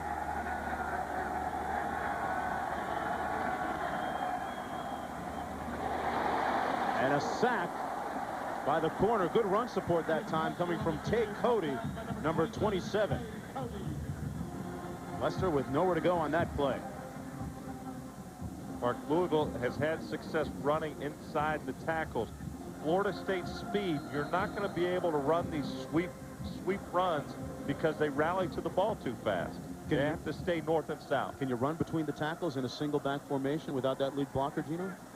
You can. I mean, obviously they don't win games running the football, but you can still run. We had some success against Florida State when I played using this same offense running the football with the one back. Second down and long. Ragone fires complete at the 44-yard line to Deion Branch, the junior college All-American, an all-scout team at Louisville last year. Had to concentrate on his academics, wasn't academically eligible in 1999, but turned it around in the classroom. And really making the most of his time this year, already with 4 touchdown catches thus far this season. Third down and 13 for the Cardinals. No backs, 4 wide receivers. There you see Ragone changing the play audible a little bit. A lot of guys in the box. They come with the blitz. Ragone was looking for Jackson, but he broke off the pattern and came over the middle. It's incomplete. Fourth down, and in comes the punting unit.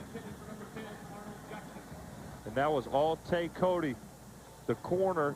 He would not let Jackson get off the line of scrimmage and get off the jam. They did a super job of not letting Jackson get off the ball. Lots of pressure up front from Florida State, Gino. They really bring some quick, fast, strong people. Fourth down and 13. Chris Savorian to punt, averaging just 32 yards per punt on the season. Gets off a high one this time. It bounces into the end zone. A 55-yard punt, nothing on the return. The Seminoles with the ball on their own 20 when we come back. Hey, Mozart. Hey, sweetie. Elijah, I have a test tomorrow. It's believed that learning music early can help kids do better in math and science. So the simple act of learning to carry a tune can carry a kid a long, long way. Early Notes Music Education, proudly sponsored by Texaco. Let's go someplace we can talk. Okay. Nothing exciting ever happened to Elliot Richards until he met the devil herself. Wish for something. I want to be charming, rich, and powerful. Good looking. You got it. He may get everything he wants, I wish I could play professional basketball. but she wants everything he's got. I have to give you my soul? Bedazzled. Why don't we take a look at the contract? Rated PG-13, October 20th. I'm going to do something you're not going to like, because my job is to keep you from buying the wrong oil filter. This is what oil filters are about, and this is what ruins car engines. Remember, to fight this, you need this. Because an SAE test HS806 for weighted average efficiency, Purolator's Pure One filters out the dirt and grit that ruins engines more efficiently than the leading brand of oil filter. You care about your car? Great. Next time, put on a Pure One from Purolator. Travis Henry returns as one of the best backs in the nation. Is he enough to propel the Vols over their SEC route? Tennessee versus LSU at 7:30 next Saturday on ESPN. Florida State leading 10-0 with 7:50 to play in the second quarter. Time is of the essence, Gino. And most times when teams get in the shotgun, you get a little bit more time to throw the ball. But regarding the speed of Florida State, look at that. He's rid of the ball in 2.03 seconds and still gets hit. He has taken some bruises and bumps today. This is not only maybe the quickest, but the strongest Florida State team in Bobby Bowden's 25 years, he says.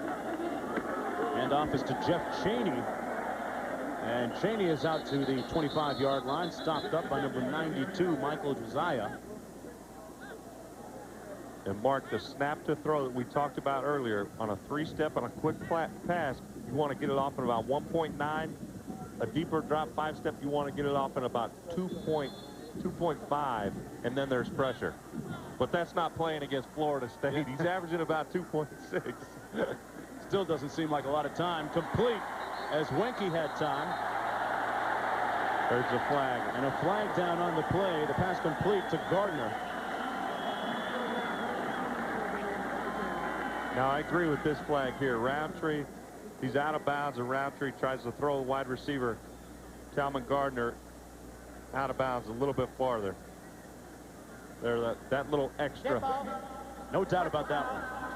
Defense, unnecessary roughness, 15 yards from the end of the run, first down. You know, at some point, you'd think that Louisville has to say, you know, it's nice being zealous and eager, but you got to rein in some of that exuberance and, you know, think a little bit more. Because when you give away free yardage like that, they can't afford to. No, they can't, Mark. You have to play within yourself, but I like the fact that they're being aggressive against Florida State. First down and 10. Cheney out of the backfield and met immediately at midfield, escapes one tackler. Floyd couldn't wrap him up. And another flag as Cheney went down at the 49-yard line.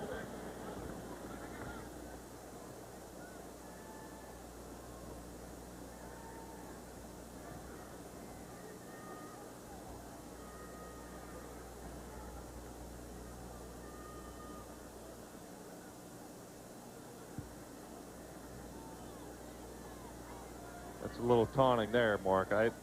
After the play was ruled dead. Personal foul. Offense. 15 yards from the end of the run. It's second down. Those are penalties you just shake your head at because those are completely unnecessary. Cheney trying to make a point that he made a good play, but he didn't even get any yards on the catch, Mark. I mean, I could see maybe if you know. Yeah. Somebody's going to be running stadium stairs on Monday. Rob? More than stadium stairs, they're called disciplines. Basically, it's running the width of the field 4 times under a certain time. They run it every Monday night for, well, bad fouls like that, loafing or missed assignments. Gassers. You got to hate them if you're a Seminole. Meanwhile, complete is Wenke to Minnis. Get back some of that yardage to the 49-yard line of Louisville with 6:41 to play in the half. Gassers are something that, as a team, Florida State tries to avoid, and it takes a lot of thoughtfulness and, you know, doing the right thing basically on the field.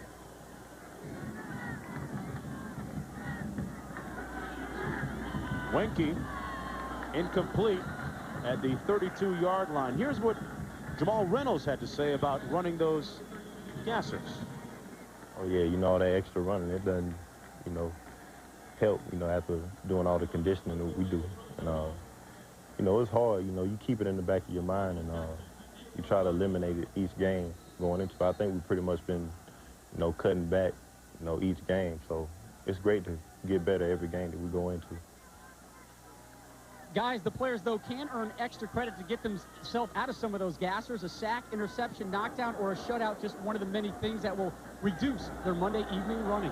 Yeah, Rob, they've dug themselves a hole so far, though. I think the coaches are up about 2 or 3 gassers so far. The punt down to the 10-yard line. Louisville pinned deep. And we're going to take a short break. The Cardinals with the ball when we come back to Tallahassee. Hi, I'm Charlie Ergen. I'd like to thank you for helping Dish Network become the fastest growing TV provider, now with over 10 million viewers. In appreciation, we're excited to offer you a way to get $100 in free programming just by telling your friends about Dish Network. Our new Refer Friend program is an opportunity for you to receive $100 in free programming when you introduce 2 friends to Dish Network. Be sure to tune to channel 250 for more details about Dish Network's new Refer Friend program. And thank you again for being a Dish Network customer. Hello, Sydney. Welcome to the final act. There is one mystery more terrifying than you know. There is one secret that can never be revealed until the end. What do you know about trilogies? All I know about movie trilogies is that in the third one, all bets are off. Scream 3. Rated R.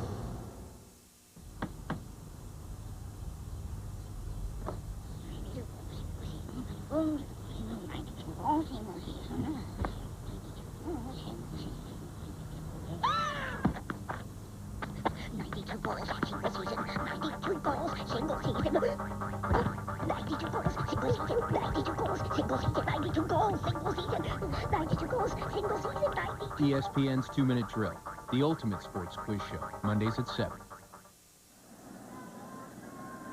And welcome back to Tallahassee here at Florida State. They start them early, some of the fans, young and old. And Mark Jones along with Gino Toretto, Rob Stone down at the sidelines. 10-0 Louisville trailing, but if you're the Cardinals, you have to feel good about your chances so far. They've been playing really aggressive. The only thing I don't like, the penalties. They're getting a little overzealous with their attack of the Florida State team. Their penalties so far outnumbering their offensive production 70-66. Ragone. And it's recovered. Are they going to rule on that? He was down at the 12-yard line, but what a play by Hope, Chris Hope. And Tay Cody took it in the end zone, but too late. Jackson took a hit. Watch Chris Hope rally to the football. There's Ragone. Does a little under shuffle pass. And out of the corner of the screen. Wow. The first one wasn't a fumble, I didn't think, Mark, but that one, let's take a look. Where's his knee? And the ball's out. That's awful close. Awful close. That could have gone either way. Instead, Gino, it goes for a 2-yard gain. Check that, make it 3. Giving them 3 on the play. 2nd down and 7. And for one of the few times today, the crowd rising as one. Ragone in trouble, under duress, and sacked at the 4-yard line. The charge led by 99, David Warren.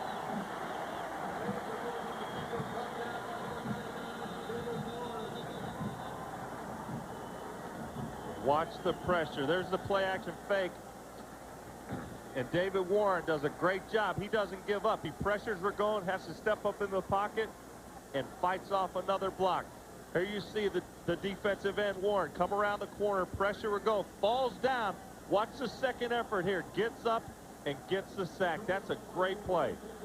Warren out of Tyler, Texas, Gino, and they're expecting that he could start sometime soon. For Alonzo Jackson at the end position. That's one less gasser for him. Yes. After that play.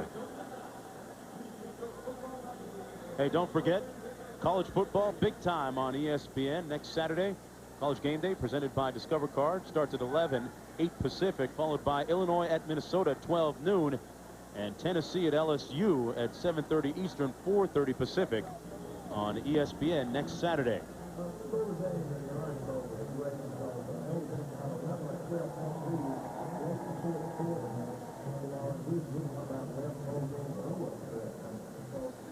An injured Louisville player down on the field.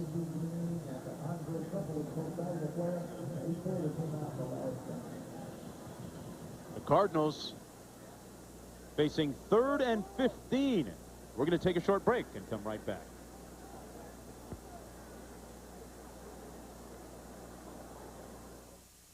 A little stress? Bet us online investors aren't helping your blood pressure. Online? I'm on Wall Street, a professional. My online broker lets me see stock quotes the same way they see them at the exchange. You do not see them continuously, not as the market's moving. Actually, I do. Say ah. Ah. That's why Daytech calls it Streamer. Streamer? Daytech Online. The rules are changing. This is a real mom-and-pop hardware store. I think we have a nice family feel.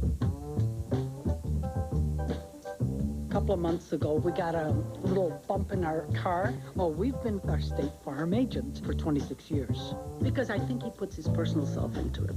Just like we do at the hardware store, he actually listens to what your needs are. It makes me feel pretty important. Get to know your State Farm agent. You can't put a price on a good relationship. Our flight's delayed. Oh, come on. Collect. Yo, hey, kid. Dial 1-800-COLLECT and you'll save Mom at least $1 or $2. Save $1 or $2? Oh, she'll love that. Only if she likes saving money. Don't forget. Forget? For a collect call, dial 1-800-COLLECT. I have 5 words for you. You're cute. You're coming with us. What's going on? Wow. Let's ride. 1-800-COLLECT. Save $1 or $2. Back in Tallahassee, one more look at the injury to Chip Mattingly, Gino. There you see Mattingly up in the right-hand corner of your screen, dragging across the middle. Takes a hit. They were awful concerned about his neck. They weren't moving him early. Then they started moving it. Must have been a stinger mark. That's a good sign that he's back up and walking. There you see him start moving his neck. Once we see that, it's, you know, we've seen some bad neck injuries in football. It's not something that's fun to watch or wish on anybody. Louisville facing 3rd and 15, passing out of his end zone. Ragone picked off. Touchdown, big play, Polly.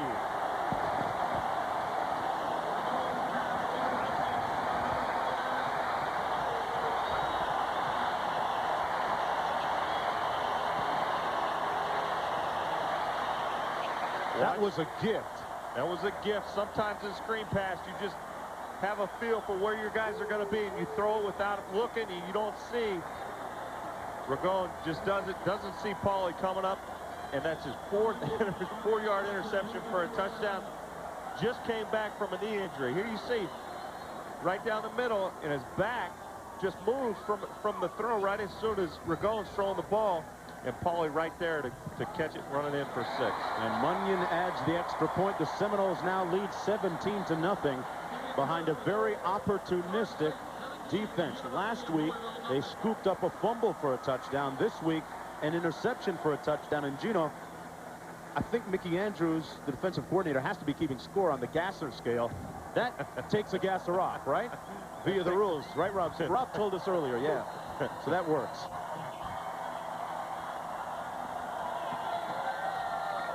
The number 2 ranked Florida State Seminoles looking to repeat in their 2nd home game of the season and off to a good start. We'll be right back.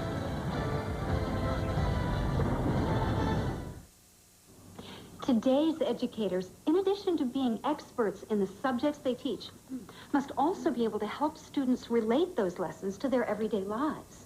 Professor, when I start to teach, how am I going to make this kind of a difference? To be effective with young people today, you've got to be right in the middle of the action.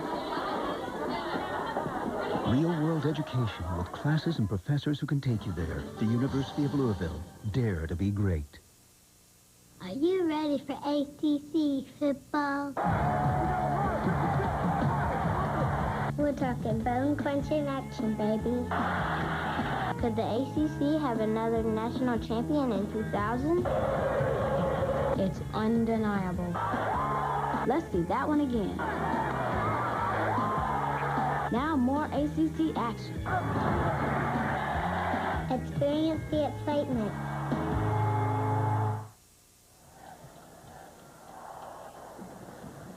Tom Pauly, a.k.a. Big Play Pauly, coming up with a 4-yard interception for a touchdown just moments ago. Pauly coming back from reconstructive knee surgery, suffered against Virginia Tech in the national championship game last year. And by all indications, I think he's okay, Gino. Doing darn good, Mark. Now I see why they call him Big Play Tommy. Went through some arduous and methodical rehab during the offseason at Dunbar High School. Guys, the Louisville troops starting to thin out a little bit. Got a quick update on Chip Mattingly. He was knocked out cold. He staggered into the locker room during the commercial break with the help of 2 trainers. Also, sophomore safety Anthony Floyd has been throwing up all game. Can't keep anything down. They're going to IV him up at halftime.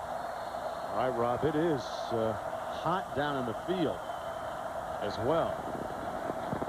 Almost 90% humidity. A quick kick down to the 10. Parker brought down at the 31-yard line. And Reese Davis back in the studio. What do you got for us? All right, Mark, coming up at the half, Wisconsin had to navigate one more game through those suspensions. If you haven't seen the finale from Camp Randall, stick around for that. Same deal in East Lansing for Notre Dame and Michigan State. And South Carolina trying to stay unbeaten against Mississippi State. All of that coming up. John Makovic and me at the half. Right, Reese. And, boy, Gino, Lou Holtz isn't he? He's awfully doing an impressive job at South Carolina. He's a great motivator. I've listened to a few speeches of his. He's outstanding. Louisville needs a little motivation. The pass complete to Parker, brought down by Tay Cody at the 37-yard line. 4:20 to play in the first half. Louisville with 2 very costly turnovers. Watching 14 points. That's expensive, folks. And Florida State able to capitalize on the turnovers. It's one thing to get the turnover, but it's another thing to make the other team pay and put points on the board. Louisville's problems compounded by penalties. Branch in motion. And Ragone brought down and sacked at the 29-yard line by Jamal Reynolds. So Jamal gets a sack, so that's he's up 1 in the gasser category as well. Watch Reynolds down on the right-hand side of the screen. We talked about the young tackles early. Just a mismatch there. That's pure speed and power by Reynolds. Reynolds was projected as a potential first-round pick last April, but decided, much to the delight of many people here in Tallahassee, to come back to school for 1 more year. 3rd down and 10 out of the shotgun. Under pressure. Ragone gets rid of it. Intended for Chris Lester. It's 4th down. And in comes the bunting unit again. And Mark, Florida State's defense, the sack totals have gone down the last few years, but Mickey Andrews, the defensive coordinator, told us, hey, we'd rather hit the quarterback than sack him. We don't like those little pull-down sacks. We like to get to them and hit them hard. Different philosophies on sacks versus pressures.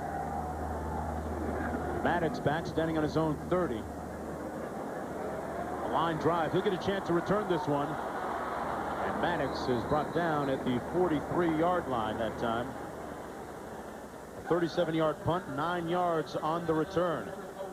Mark, you think you have to get rid of the ball quick when you play Florida State? Let's take a look. Snap to throw. Reynolds is in his face in a couple seconds there. That's just pure speed by Florida State. It's so important when you face a defense like this. You have to nickel and dime them down the field. and make big plays. The bad thing, you have to be about 70% completion to keep the chains moving when you're throwing it that quick. Yeah, big task. Wenke now on first down. Completes the pass to Morgan. Morgan with a nice move, lunging for the first down on Louisville's side of midfield at the 47-yard line.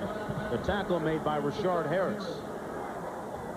Morgan, another one of the huge weapons that they have here in Tallahassee, a 6-foot junior.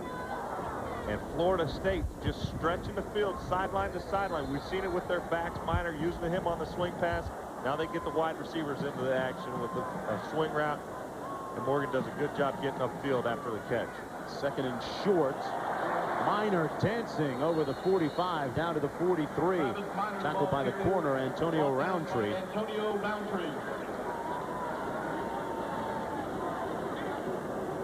Mark, you want to dominate the line of scrimmage. Watch Florida State offensive line. Look at that hole for Travis Minor to run through on 3rd and short. Minor, a Doak Walker candidate. Was one of the top running backs in the country. Here he is again. Minor down to the 40 that time, tackled by 92, Josiah.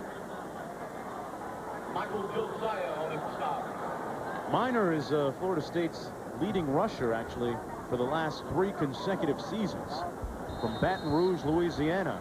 Could be the first Florida State back ever in the history to lead his team in rushing 4 consecutive years. That says a lot, especially at this program. Incomplete and almost intercepted that time by the free safety, Brian Gaines. Travis Minor just moving into 4th place on the Florida State career rushing list, passing Sammy Smith. 2,540 yards. Up next, Larry Key. And you know, you saw Warwick Dunn, number 1 on the list. He and Minor from the same high school in Baton Rouge, Louisiana. What if there's another one headed this way soon, Gina? That's usually how recruiting goes. You get the players from the same school. And Wenke is picked off that time by the safety, Anthony Floyd. That is his 2nd interception thrown today. Coming into the game, he hadn't thrown one in 122 consecutive passes. And Floyd, the sophomore out of Youngstown, Ohio, not real fast, but he's always in the right place at the right time. Rob just told us he's been throwing up on the sidelines. He needs to get an IV, maybe a little dehydrated because of the heat and humidity. But, man, back out there on the field, and he's in the right place at the right time there. And that's just Florida State. I think they're trying to force these big plays. There's nothing wrong with throwing swing pass and getting 10 yards. Yeah, they've been doing that. First down and 10. From the 5 for Louisville. We're going on the waggle, dangerously close to his own goal line. No safety. They're going to spot this one where his forward progress took him up to the 1. White and Sexton leading the charge that time for the Seminoles. They're just a bootleg by Ragone. And how many times do I have to say you cannot stretch this Florida State defense? They have too much team speed as a group. So if you can't run on the edges, you have to wonder what are the alternatives for Ragone and John L. Smith. You just pound away between the tackles, or is it just a matter of choosing your poison? I think you have to keep the defense in check and run the ball interior on the tackles, but they're going to make it by throwing the football.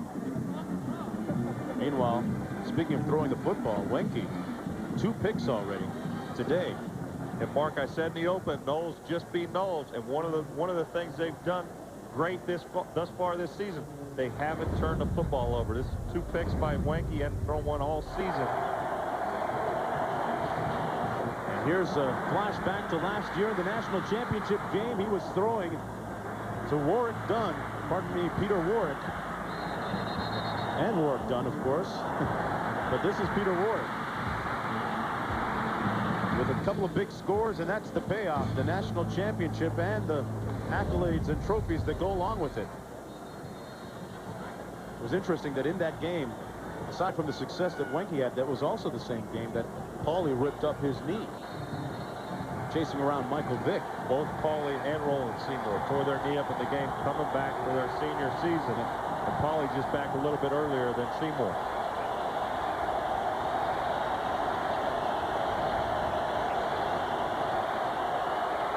Louisville banging it ahead this time off tackle.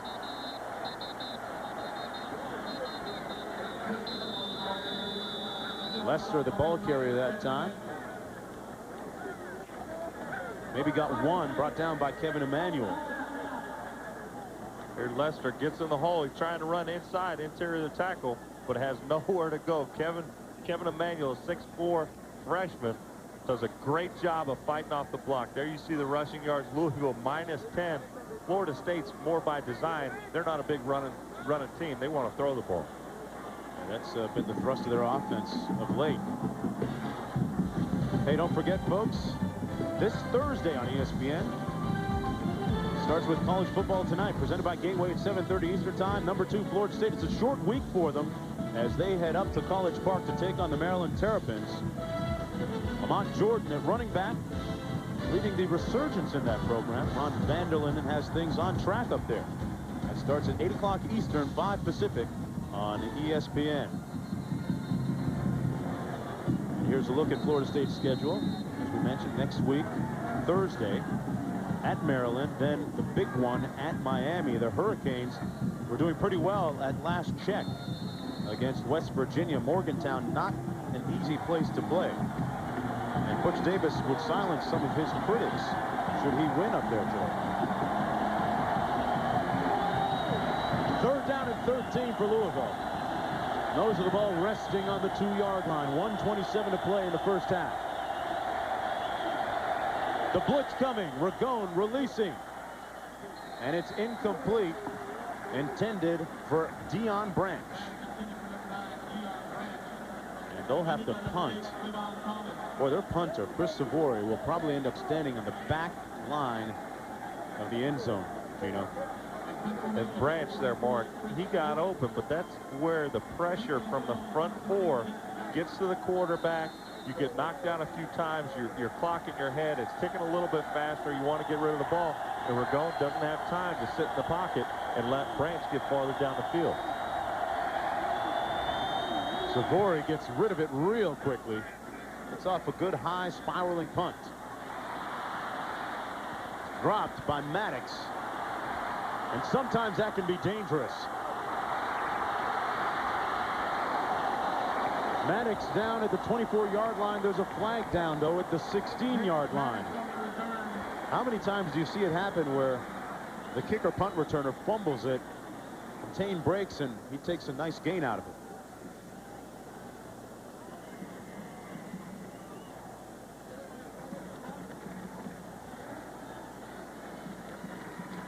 You see that quite a bit, Mark, but I'm sure the special teams coaches are not going to diagram it like that. Turn to kicking down. Holding on the receiver. 10 yards from the end of the run. First down, Florida State. 1:05 remaining in the second quarter, and so far in this period, Winky has been roughed up, as has his counterpart, Ragone in trouble. Ragone. And this was an easy one for Florida State. Pauly off the 4-yard interception return for the touchdown. And the Seminoles lead 17-0 with 1:05 to play in the half. They have a short field here. 1:05 left, leading 17-0 here, Mark. Wenke threw a pick on the last drive. This time dumps it off to Minor. Minor down to the 24. Close to a Seminole first down. Anthony Floyd making the tackle. And Mark, we've seen some screen passes go to Minor. We've seen the swing routes go to Minor. He gets the ball. It's yards after the catch. If I'm Chris Wenke, I'm just letting my players make plays around me. Just get them the ball. Let them make a play. And nickel and dimes that up, too. Flag down on the play. This is Morgan. Steps out of bounds at the 22-yard line. Flag down.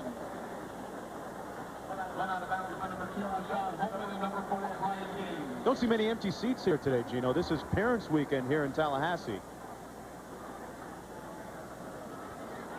You You've been ID'd big time this weekend, partner. I mean, they got some crazy love for you in Tallahassee. Respectful. I haven't seen many people dog you out for the way you beat them back in the day.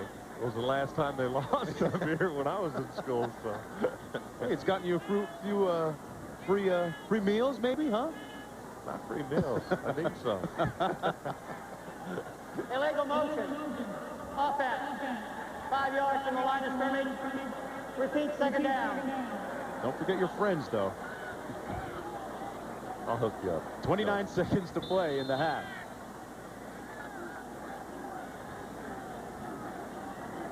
Wenke has time, fires complete.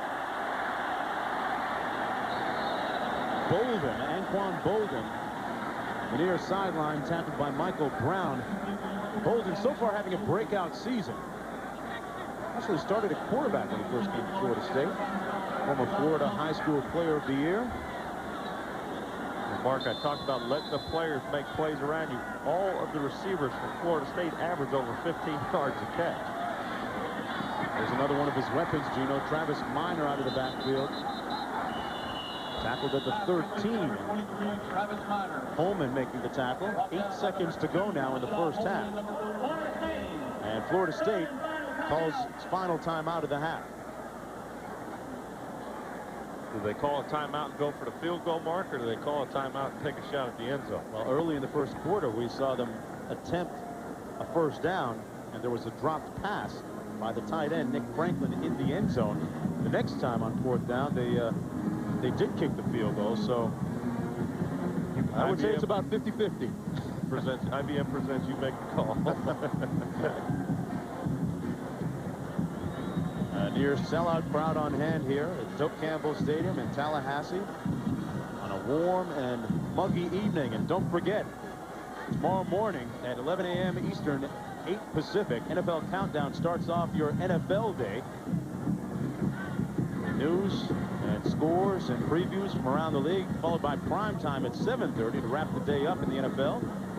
At 7:30 Eastern, 4:30 Pacific.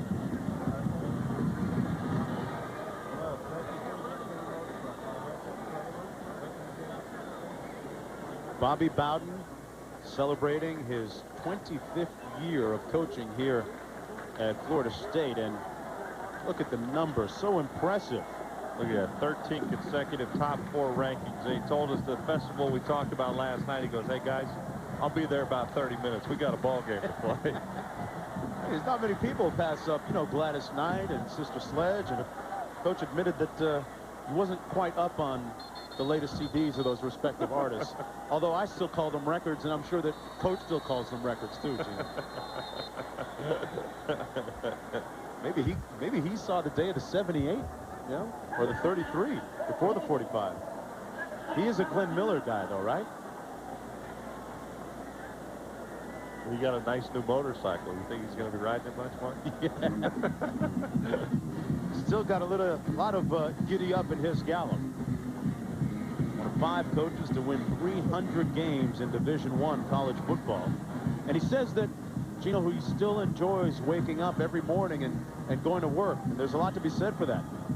It shows. He's been a great coach. Obviously, he has a Southern charm, as he was charming us in the meetings. But he's just a super coach, and you know, have a lot of respect for him for all that he's done, not only for Florida State, but for all that he's done for college football.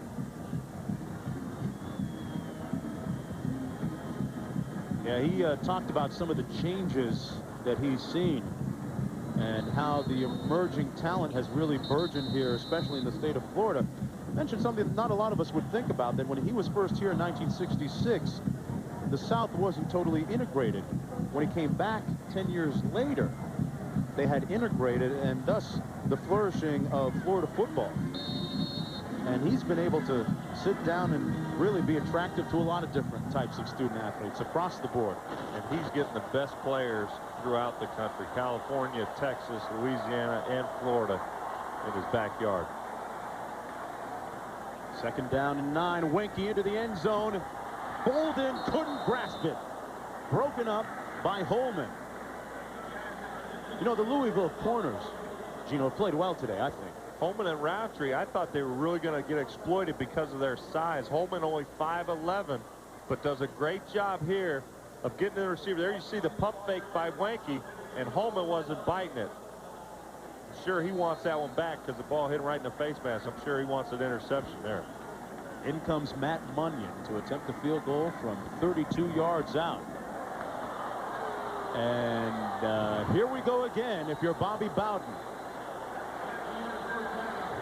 Munyon made the first, but he missed that last one. Not the way to inspire confidence in the coach. First 30 minutes are in the book on Parents Weekend here in Tallahassee, and the #2 Seminoles lead 17-0 at halftime. Right now, back to the studio and Reese Davis.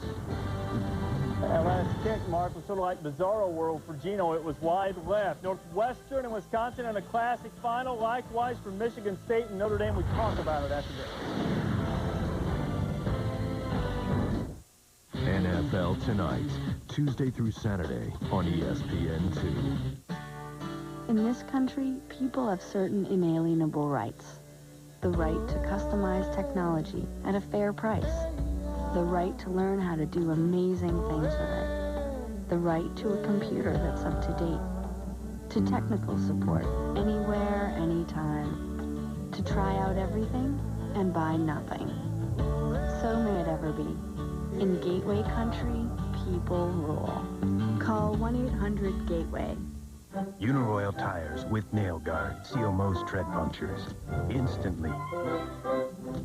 Permanently. And repeatedly. Nail guard tires. Only from Uniroyal.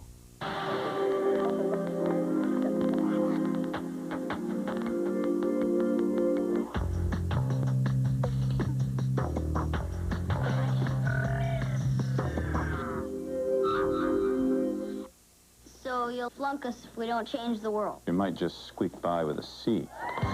It's funny. You smell good. Are you sure? Yeah. It's touching. Give her another chance. For me. It's real. It's okay to say you don't like me that way. How could you ever think that? It's the most surprising motion picture of the year. You look good to me. Kevin Spacey, Helen Hunt, Haley Joel Osment. Pay it forward. Rated PG-13. Do I strike you as someone falsely nice? You're not even really all that nice. Starts Friday, October 20th. Florida State shutting out Louisville at the half. Glad to have you with us on the halftime report. Well, for the first 4 games of the season, Wisconsin had to try to navigate its way through all of the suspensions. 26 players had to serve some time. This was the final game of those. Could Barry Alvarez escape again? 3 times the Badgers had played. 3 times they've been pushed to the brink. Would the other shoe drop? There's Alvarez. 4th quarter, Wisconsin trailing 24-23. Brooks Bollinger to Michael Bennett.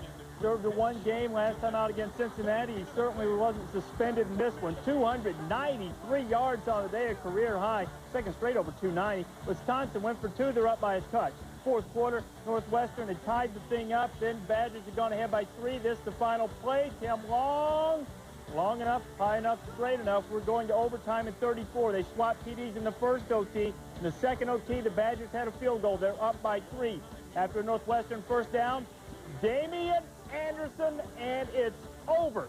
Just like that, Northwestern wins it 47-44. Bedlam, John, in this one. You said it exactly as you set this up.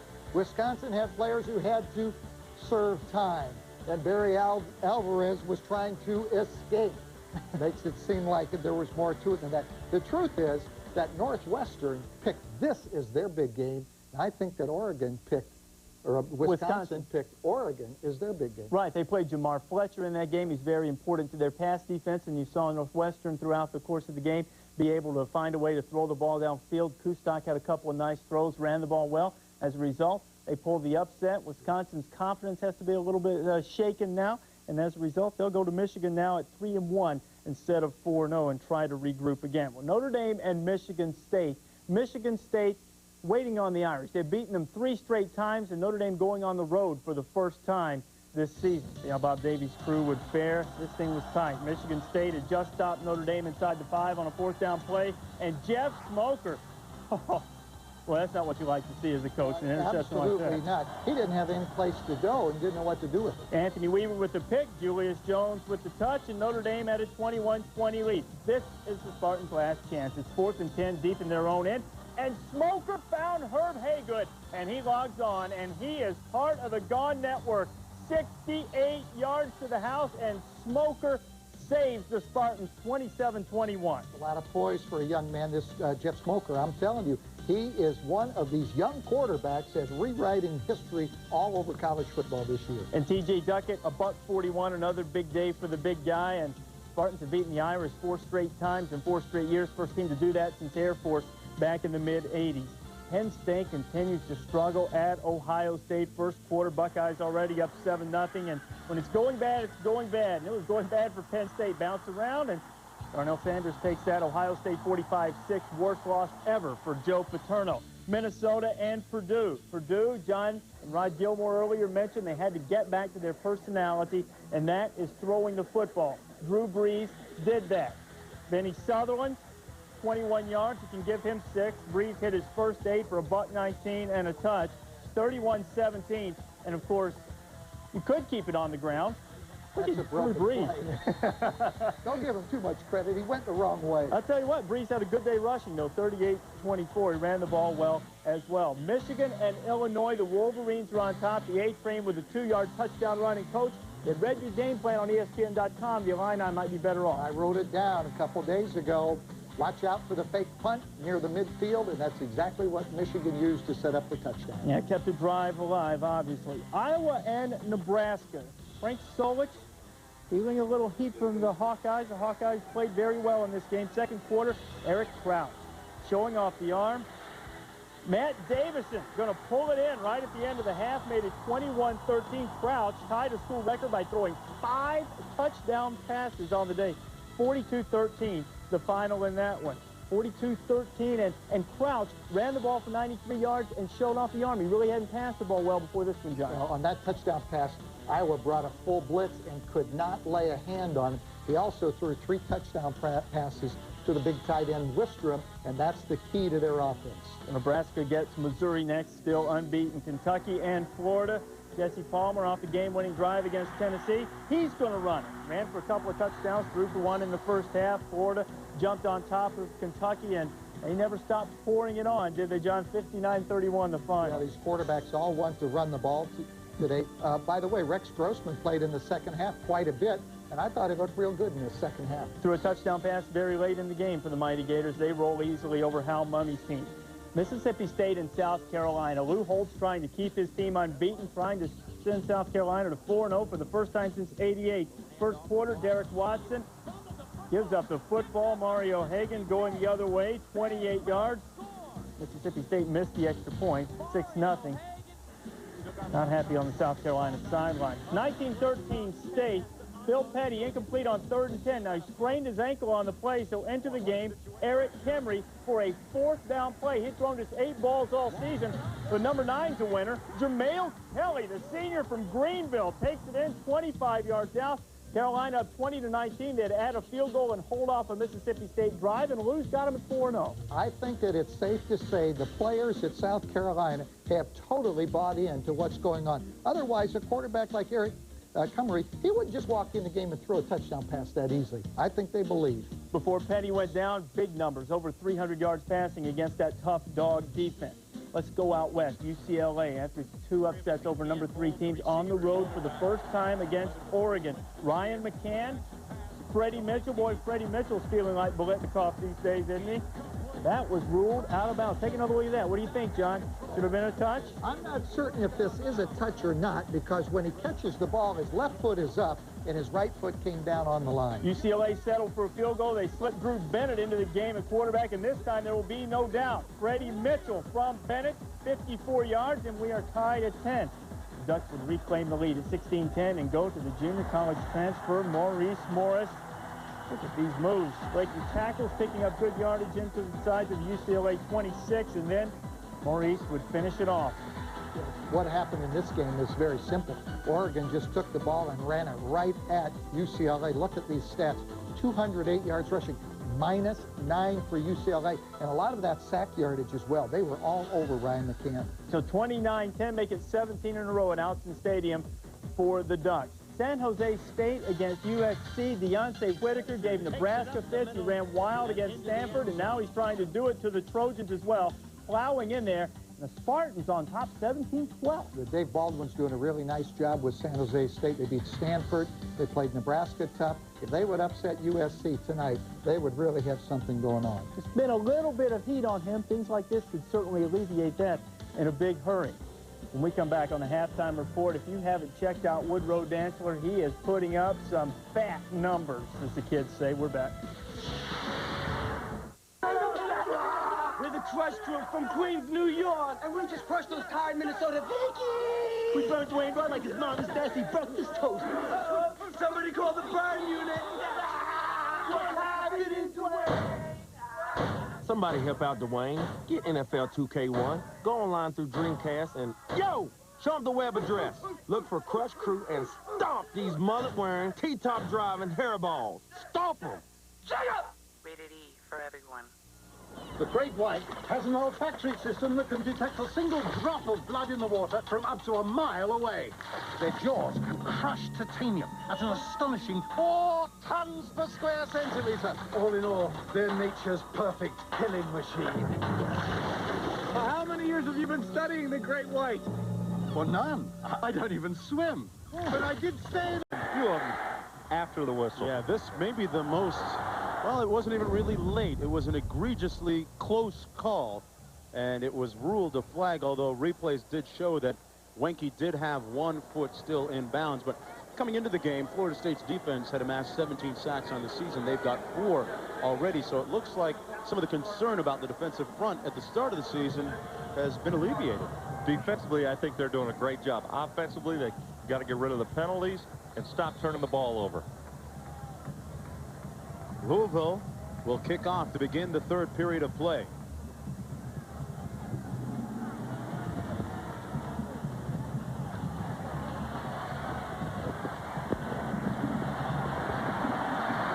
And out to the 25-yard line is Gardner. Let's go downstairs to Rod with the coach just a few moments ago.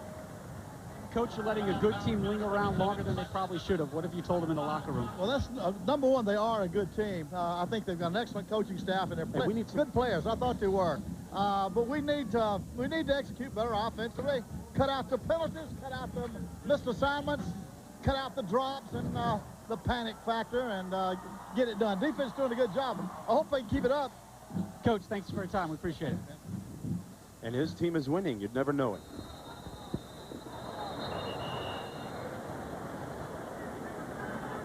And the second half beginning much like the first half went with respect to penalties and flags. A look at the Louisville rushing yardage, -9. And first downs, FSU has 8 in the second quarter. Louisville had 0. And look at the penalties as you move down both respective columns. 6 penalties for 70 against the Cardinals, 8 for 79 against the Seminoles, and each team having their share of personal fouls, aka late hits. Mark, one thing, though, that's been impressive, Louisville actually leads in time of possession, 15 minutes, 14 seconds versus Florida State's 14.5 minutes. Minor gets to the edge and has a first down, pushed out of bounds at the 45 by Curry Burns, the strong safety. There we look at my keys to the game. 2.2 seconds when Louisville is successful and 3.7 when they're sacked or hit. I think that's stretching a little bit. If they can give him 3 seconds to throw the football, he'll be a completion. The Noles on defense doing a great job. 14 points on turnover. Now the offense has got to get in gear. Bobby Bowden, yeah, you have to be a little bit concerned about the lack of production offensively. This is Minor, brought down by number 51, Freitag. Freitag, a backup strong side linebacker, 6'1" junior now coming out of the ball game.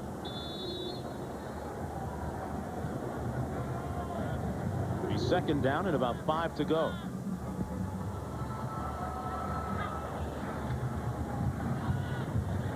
Minor again. Boy, making something out of nothing. Fumble.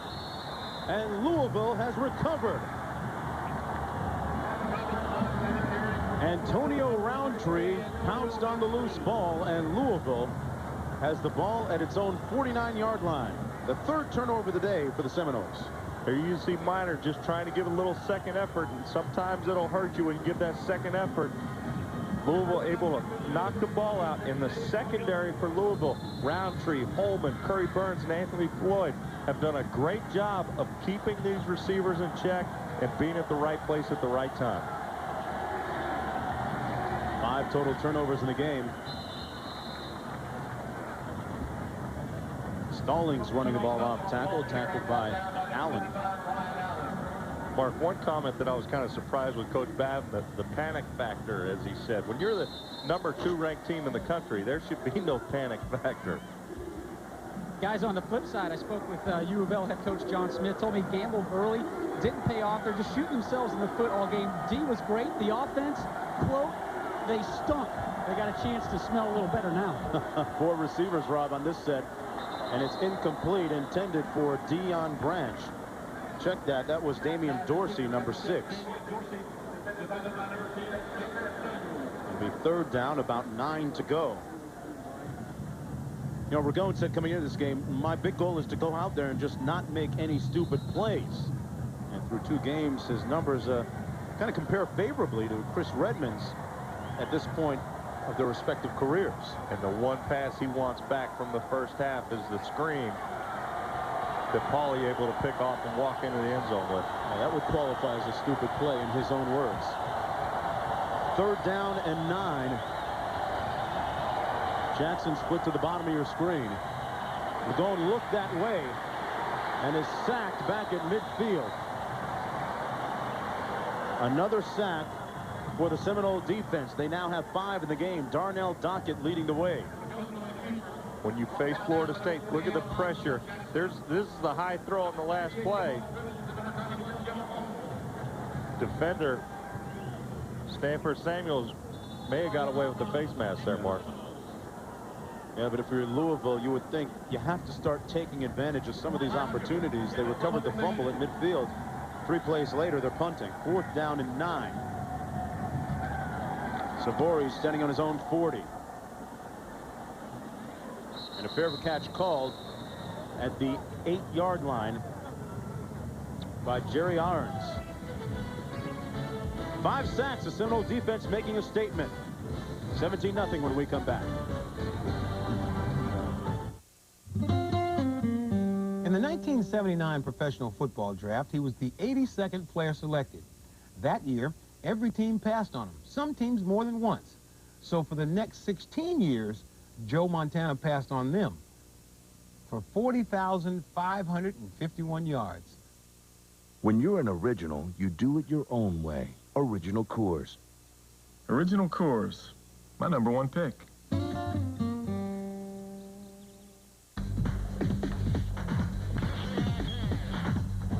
All right, who can solve this? Mr. Montana. Last Saturday in the Army Reserve, I figured out how to link up 23 Bradleys, 40 tanks, 60 Humvees, 4 medevac units, and 7,000 troops on the move. On Monday, class was no sweat. Not bad, Mr. Montana. As little as 1 weekend a month, 2 weeks a year, Army Reserve. I perform exploratory surgery. When there's been a car accident, every second counts. Clear. I'm Mitch Intinarelli, auto claims expert for Liberty Mutual Insurance. Our claims process begins before the accident at our collision training school. It teaches our experts to diagnose what's wrong, to help get you back on the road fast. Clamp. At Liberty Mutual, we help you live a safer, more secure life. It's insurance in action. If I can save just one car.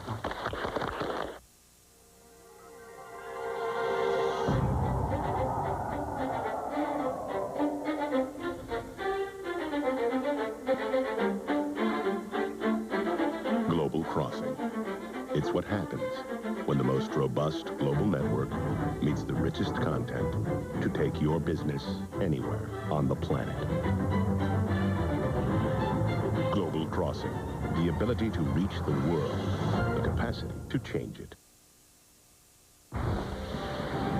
Ian ESPN2's presentation of primetime college football is brought to you by cold, refreshing Zima. Zima, a few degrees cooler.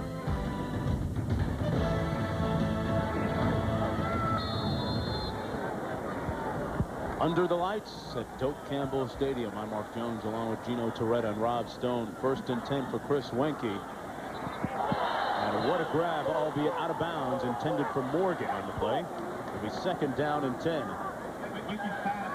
What a catch by Morgan here. Wenke has had success throwing the out routes and the swings to the outside. Watch the catch. Look at that. One-handed, great control. Ooh, awful close there, Jonesy. I think that first foot may have been in bounds. That looked like a catch. Oh, no doubt about this run. Travis Minor with a major run. Down to the 49-yard line. 1st down, Seminoles. Finally brought down by Dwayne White. A 41-yard burst into the open field. Mark, as we start the second half, the humidity and the heat down here at Doak Campbell Stadium may start to wear on Louisville. Here you see Minor take advantage of good blocking up front. His offensive line wearing down the front four from Louisville. That's a senior-laden group with 4 seniors up front to go along with 1 sophomore. They run it again. This is Cheney, the backup tailback, behind Minor. He's down to the 35 and picks up another 1st down. Michael Brown making the tackle. Let's take one more look at that close call on the sidelines minutes ago. Here you see the out route. Wenke throws it. Morgan, one-handed catch. Oh, no catch. It hit the chalk. If he had a little bit smaller feet, Mark, that would have been a catch. The toss to Cheney into the boundary. Jeff Cheney down to the 22, and another 1st down for the Seminoles. Holman and Burns making the tackle. But it seems as if now, Gino, they're coming out and trying to say something with the ground game. And they want to own the line of scrimmage, and they've shown here early on using Travis Minor and Jeff Cheney. The amazing thing, Mark, is you have the starter, then the backup, and there's no drop-off of talent between the two. The starter back in now, Gino, and he does the same thing the backup did. Minor moving the chains again down to the 9-yard line, tackled by Curry Burns. This is just the #2 ranked team in the country saying, hey, we got to come out here and just play. We know we're a better team. We just come out, dominate, run the ball, and we'll have success. Looking from the back. Look at Minor. Great cutback. Can't say enough. Good balance and good cutback there, but the offensive line doing a great job giving them a hole to run through. 1st and goal, Minor bouncing it inside. Tackled at the 4-yard line. Got 5 in the play. Roundtree making the stop. They have run the ball on consecutive plays, and this drive started deep in their own zone. Minor today going again for over 100 yards for consecutive games. Last week had 112 against North Carolina. Not a bad average either. Pretty good. Average is 6.7 a clip. Healthy. Running out of the eye. They give it to the fullback, McCray, who's brought down after a gain of about 1. Clark making the tackle for Louisville. And it'll be 3rd down and goal to go. I mentioned they started this drive close to their own zone. 81 yards in 7 plays. Mark, and I don't know if I like that last play call. They've been in the I formation. They've been running the ball with success with Minor and the backup Cheney. There they come out in the I and give it to the fullback, and he's got nowhere to go. 3rd and goal. Little play fake. It's a dash to the end zone. Wenke makes it in, and he got a block along the way from Robert Morgan. Morgan smoked a Louisville player, number 12, Curry Burns.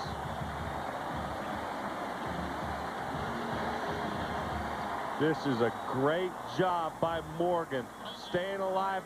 Wenke nowhere to go with the football. Starts running. Watch the play. Wow, look at the block. That's what they call the decleater.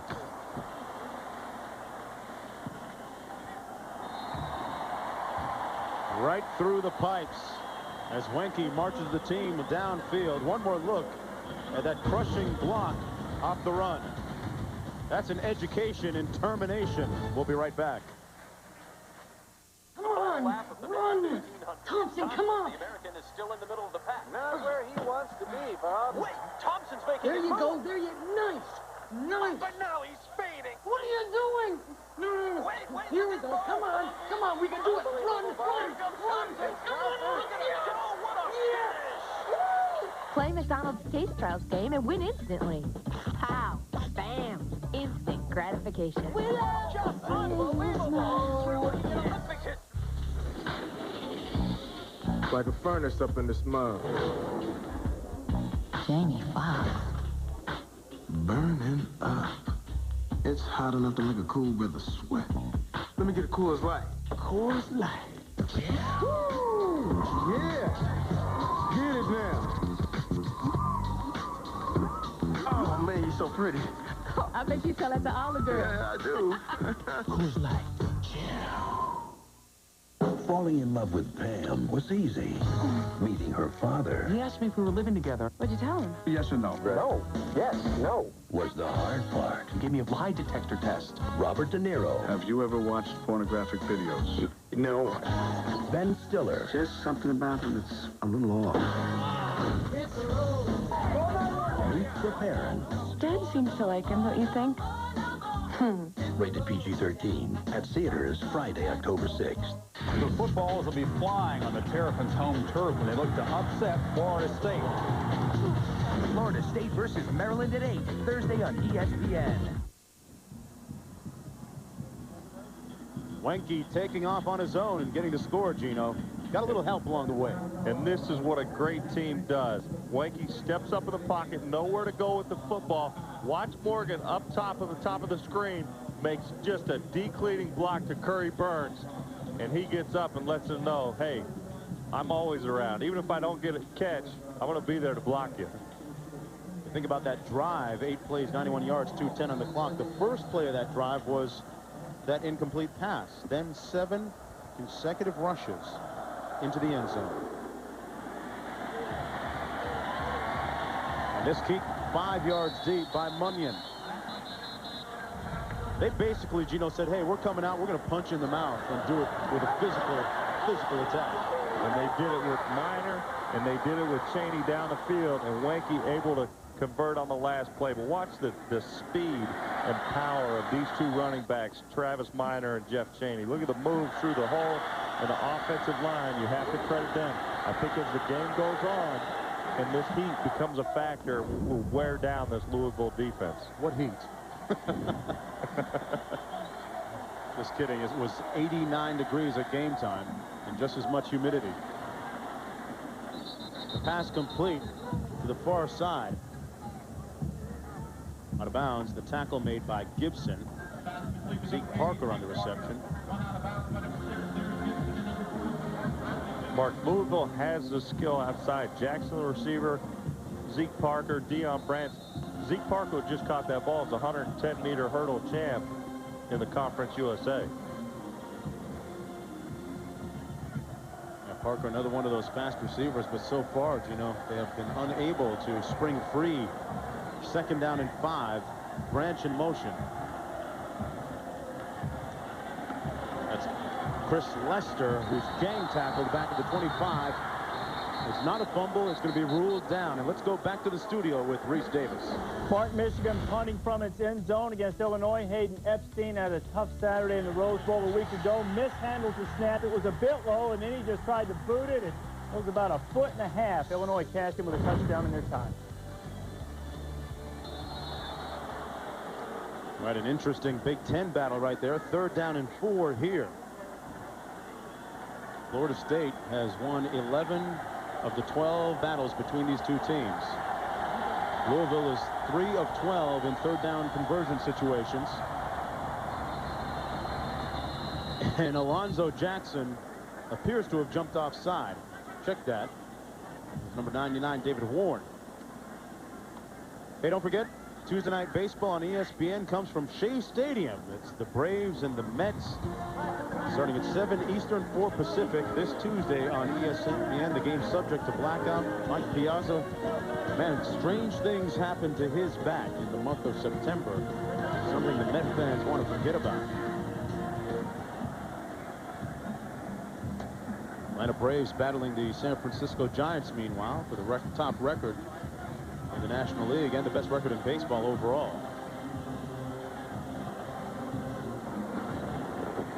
The offside against Florida State. Ball on the 31. 3rd and 4. Ragone on the bootleg, a flag down. And Ragone stopped up. Forward progress taking him to the 27.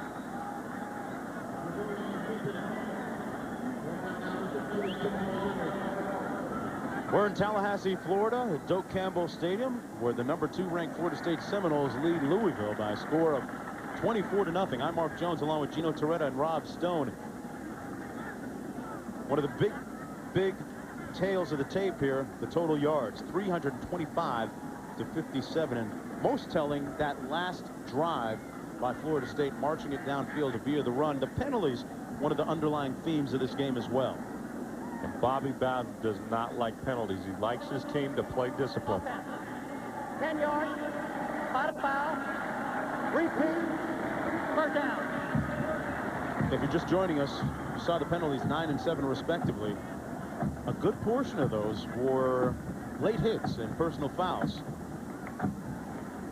Louisville early showing at least that they're not going to be intimidated by Florida State. But so far, the Seminole defense pitching a shutout with 9:10 to play in the 3rd quarter.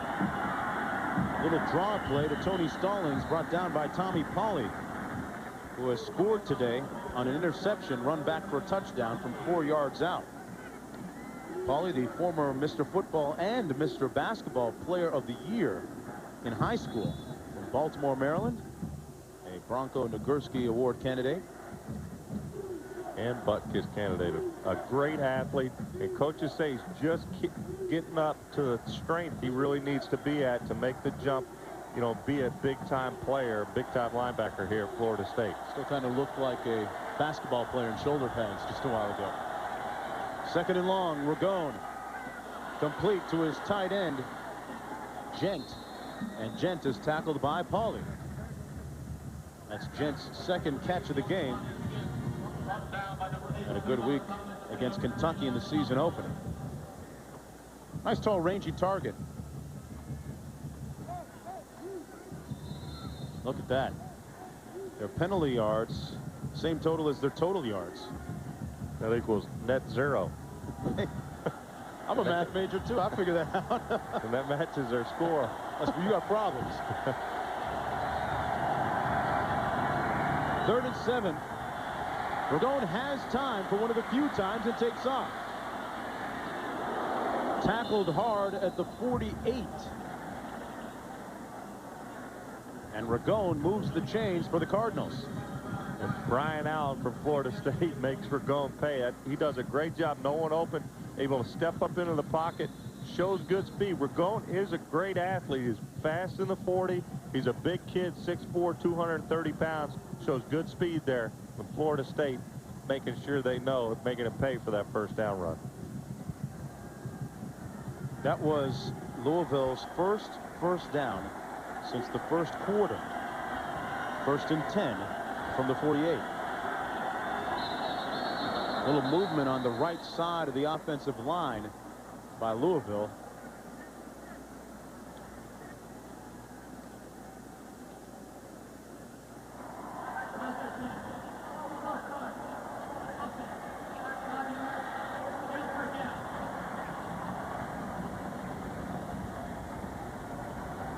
Mark, watch Tay Cody, the corner for Florida State, just all over Branch, the wide receiver.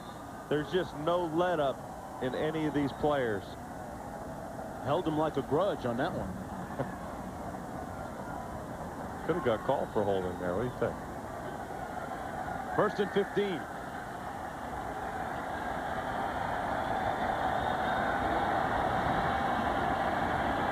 to the backfield, incomplete, intended for Tony Stallings. It might be at the point now, Gino, where on that pass, anyway, that Ragone might be hearing some footsteps. Overthrew his receiver, who was wide open out of the backfield. Well, that's what facing a great defense will do to you in a defensive line. Florida State has always had the speed guys on the outside. Here they have Jamal Reynolds. Your clock in your head just goes off a little bit quicker. Ragone steps up, just doesn't really follow through on his pass, and thus it's high and incompletion. Ragone just a sophomore, and you talked about facing this hostile crowd here at Doak Campbell Stadium.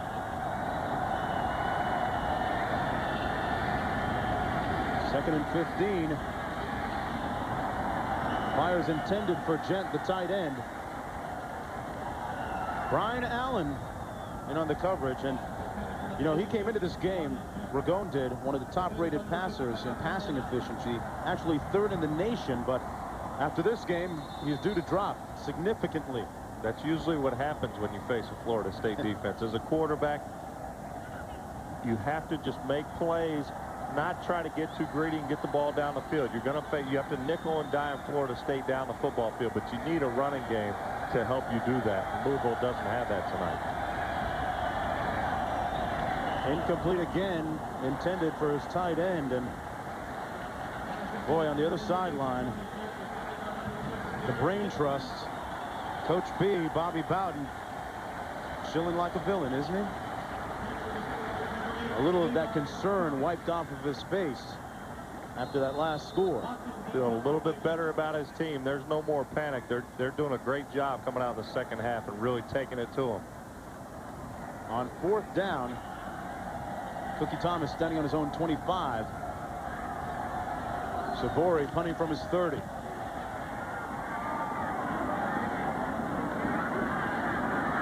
Devon Thomas. Cookie down to the 31, and you never know what's going to happen on the field with respect to trickery. And Bobby Bowden's teams, they have a history of prestidigitation. Yeah, we'll be right back.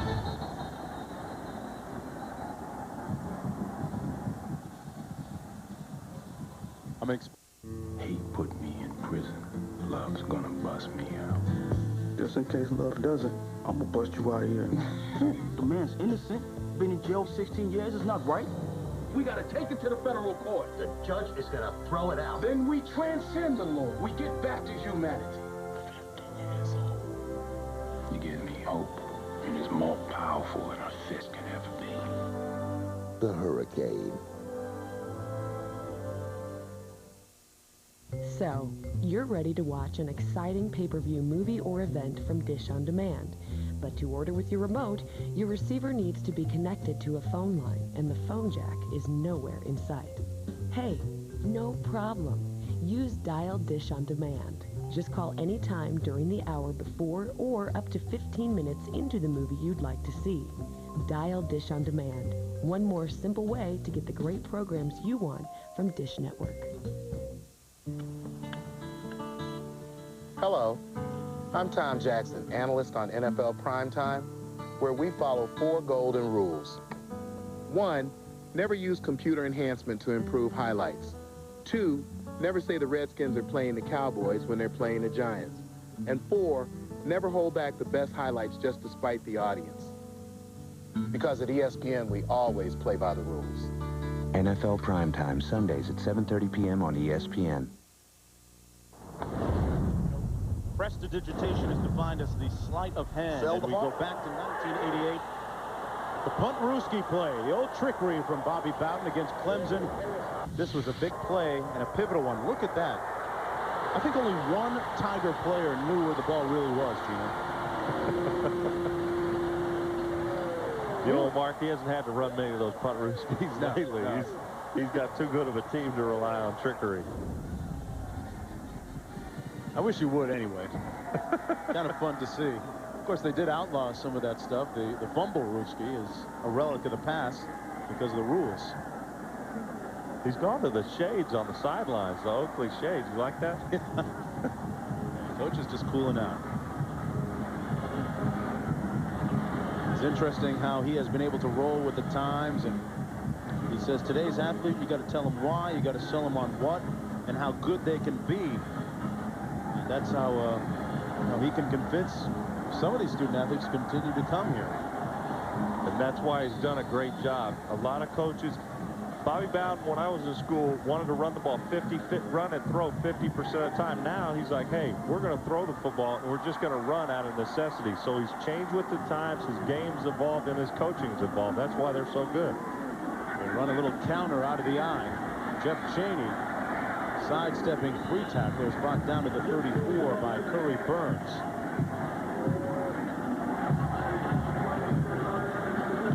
Bowden, we had a real great visit with us, and it was interesting to ask him who his favorites are in the 25 years. He said Warrick Dunn is really one of the guys that jumps out at him. He got really close to Dunn because of his personal trials and tribulations. This is Cheney. Out to the 41-yard line, near a first down, and back to Warrick Dunn and Bobby Bowden in their relationship. You almost got the feeling, Gino, that they had a father-son type relationship, and Dunn, of course, had to raise a lot of his siblings back in Louisiana. And Bobby Bowden, you can feel he really has a genuine interest in his players, not only while they're playing for him, but also when they move on in their careers, to really wish them well and really help them do well in anything. He has got a heck of a team here this year. First down and 10. Wenke on the toss. Minor still on his feet. Minor down to the 46. A late flag. And another first down for Florida State. Michael Brown making the tackle that time. That's the 10th consecutive run for the Seminoles offense.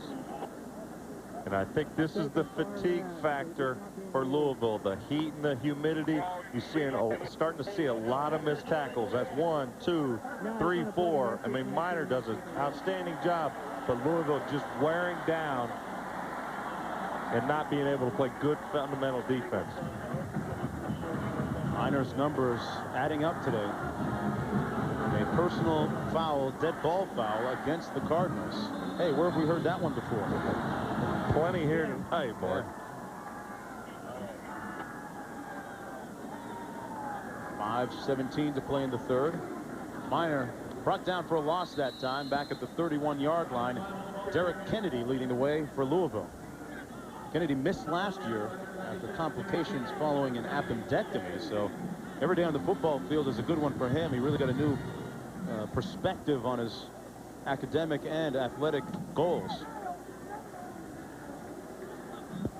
And he, along with Donovan Arp, the nose tackle right next to him, tore his Achilles in the spring practice, able to come back and really try to set the tone for this Louisville team.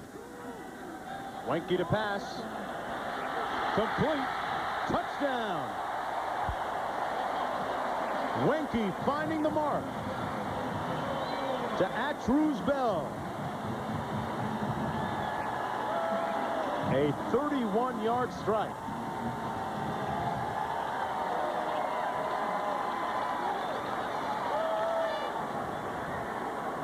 There you see Wenke, 6 out of 9 touchdown passes this season, over 30 yards. That one 31. And Atruz Bell, 9 catches. That's his 10th and 4th touchdown on the season. Extra point good, and Florida State running roughshod over this Cardinal defense here in the third period. You run with success, and then what happens? It sets up the play action, and Wenke goes right down the middle with a great pass to Bell, out over the outstretched arms of Antonio Roundtree, the defensive back. And there is joy here in Tallahassee among the Seminole Nation. Bell, who came into the program back in '97 as a walk-on and was awarded a scholarship 1 week into practice. And that's something that happens a lot here, Gino. And because of the fact that it's a public school, a lot more players can literally afford to walk on here.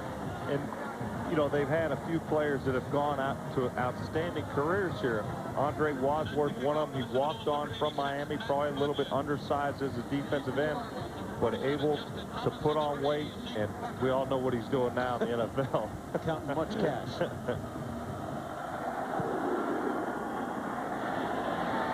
Kickoff is out of bounds, and Cardinals will start on the 35-yard line.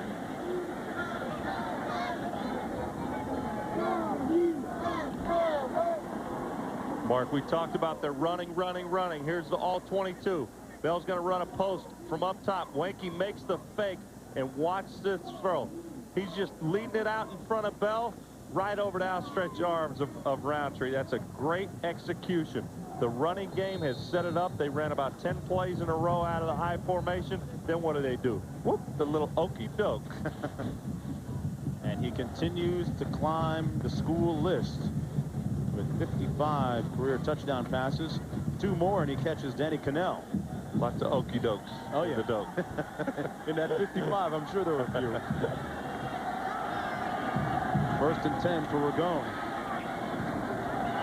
Complete to Parker. And Zeke Parker is going to be marked down at the 34-yard line. Pass complete to number 80, Zeke Parker, defended by number 55. Ryan Allen making the stop that time. It's funny, there are some people that didn't think that the Seminoles had the type of depth that they usually have at linebacker, but man, Allen and Jennings, Pauly, Pope, these guys are all playing well. 2nd down and 11 for Louisville now. Under 4 minutes to play in the 3rd period, a 3rd period in which Florida State has seized control of this game. Ragone complete to his big tight end, Gent. Allen again making the tackle. Mark, let's take a look at Ragone. I think the heat's even starting with the heat and the pressure of the Florida State defense is wearing on him. It's almost like he's laboring to get the ball out to his receivers. And when you start taking hits like that, it's just an awful long day when you have to face a defense like Florida State. Yeah. A lot different than facing Grambling or Kentucky. With all due respect to the respective teams. 3rd down and 8. Flags down.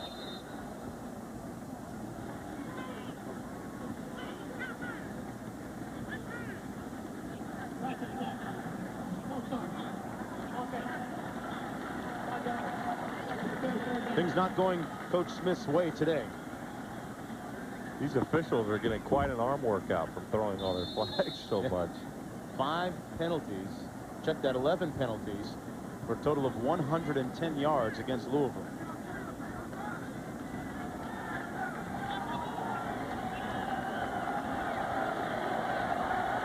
Third down and 13.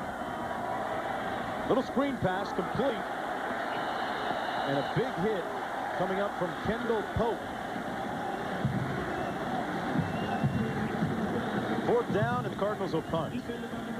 Mark, Mickey Andrews, the defensive coordinator, told us that he was concerned with the depth of his defense, but I think that's more of a reflection. A lot of these backups haven't had a chance to play much. Now we're seeing a play, and to me it doesn't look like there's much of a drop-off. No. You said it at the top of the show with respect to, albeit Ragone, quarterback for Louisville, it's about experience. Maddox at the 30. Maddox. A 22-yard return after the 42-yard punt. Burns making the tackle for Louisville.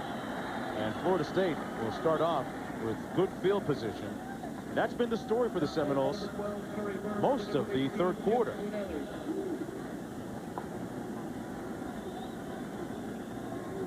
And Mark, I have to think with the Noles up 31-0, they score here. I think this might be the last of Chris Wanky and the starters. He can start going to the sidelines and studying for that next marketing exam that he has coming up. 1st down and 10. This is Cheney near the 1st down marker at the 37-yard line. Number 24, Anthony Floyd, making the tackle for Louisville. Wanky taking one course, a marketing course on Tuesdays and Thursdays, just in case you were wondering. It's at noon, Gino.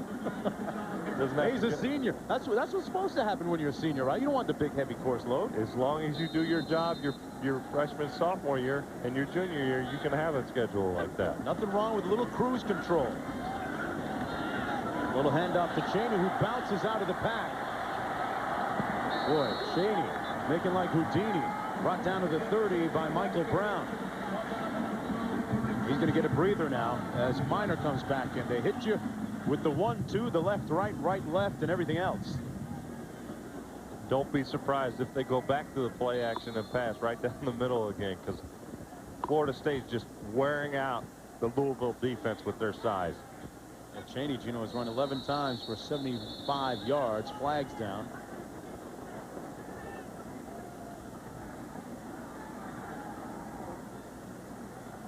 Price to the snap.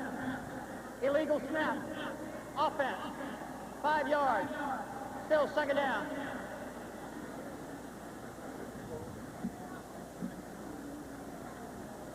Well, Louisville came in #1 in rush defense in the country, only allowing 19.5 yards per game.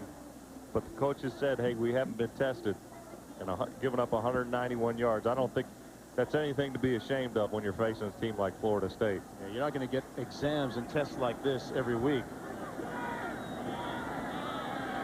And who said there's no ground game in Tallahassee? Excuse me. Wenke on the money that time to Snoop. Marvin Snoop Minnis, even the name Snoop after the Charlie Brown character. Not Snoop Doggy Dogg. First down and 10.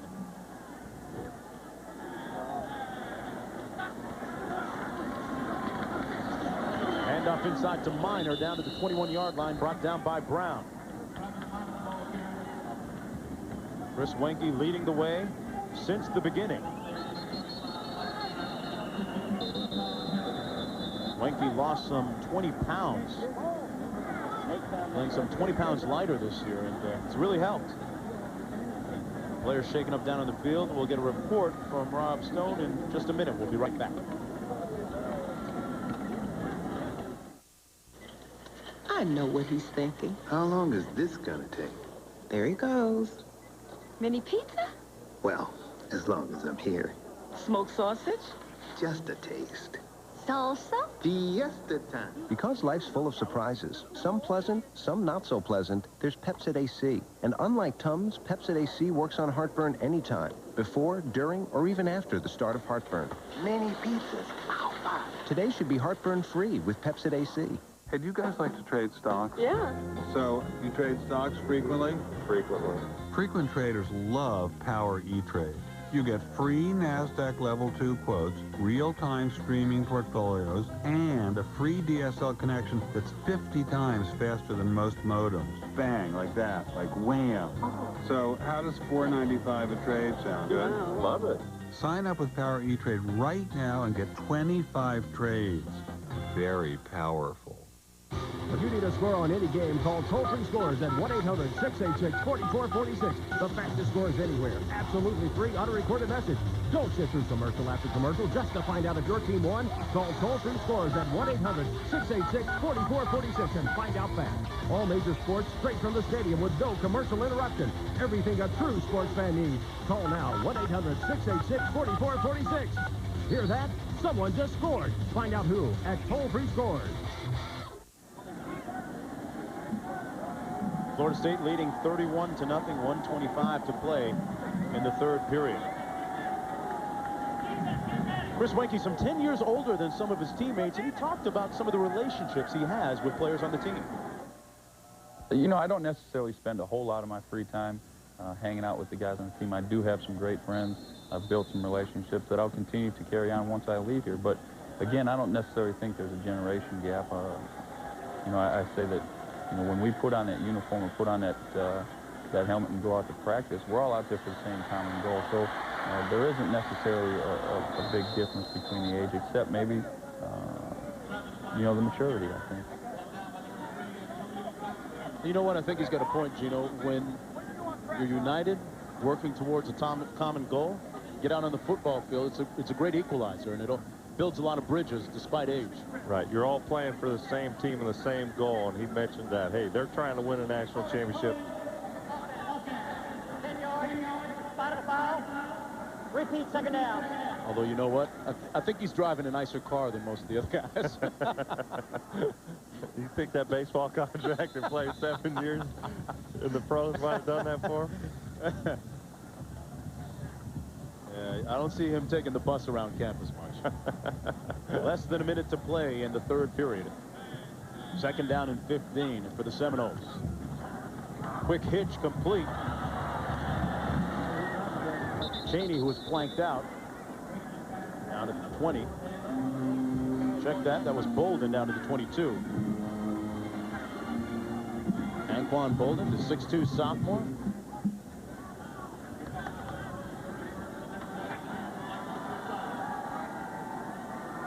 Wenke not that much younger than his quarterback's coach and offensive coordinator, Mark Richt. He's only a couple of years younger than me, Mark. I remember when we recruited him out of Minnesota, Cretin High School, and he took his visit, and obviously he didn't like us enough. He signed with Florida State and then went on to the Toronto Blue Jays. You guys did a great job. Thanks, Mark. Third down and 8. Almost intercepted by Curry Burns, and there's a flag down at the 5.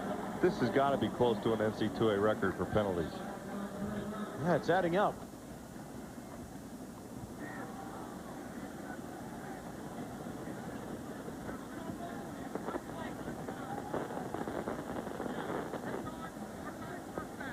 Holding. Defense. 10 yards from the line of scrimmage. Automatic. First down. We will have one untimed down. The quarter cannot end on a penalty, so they'll play one more as time has officially expired in the third quarter. And Mark, it looks like Mr. Wenke's going to win his 24th consecutive game tonight. Tying Gino Toretta. Who's that lousy bum? They won a few games here. 1-1 here. You brought the tape, didn't you? I did. I'm wondering where we're going to throw it in. Show some highlights. No highlight there for Wenke. He's picked off in the end zone by Rashard Holman. His second one of the game. And that ends the third quarter. It has been a picture of domination by the Seminole Nation. Wenke on the ground and through the air. And the defending national champions lead 31-0 when we come back. ESPN's 2-Minute Drill, Mondays at 7, hosted by Kenny Mayne. What about Wednesday? Yeah, I'd put a sitcom in that time slot, I think. So anyway, your show's being canceled. Canceled? I just bought a house. Look at these guys. Network TV programmers. They decide what we watch and when we watch it. You can't go in there.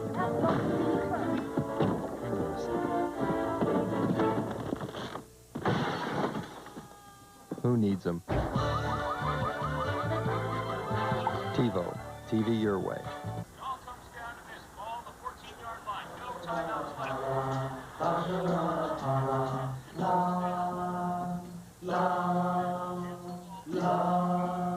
Tostitos? The exhilarating taste of new spicy quesadilla Tostitos chips. Fight and march down the field, file up the touchdown. It's fun for everyone. Dig in, kick back, Tostitos.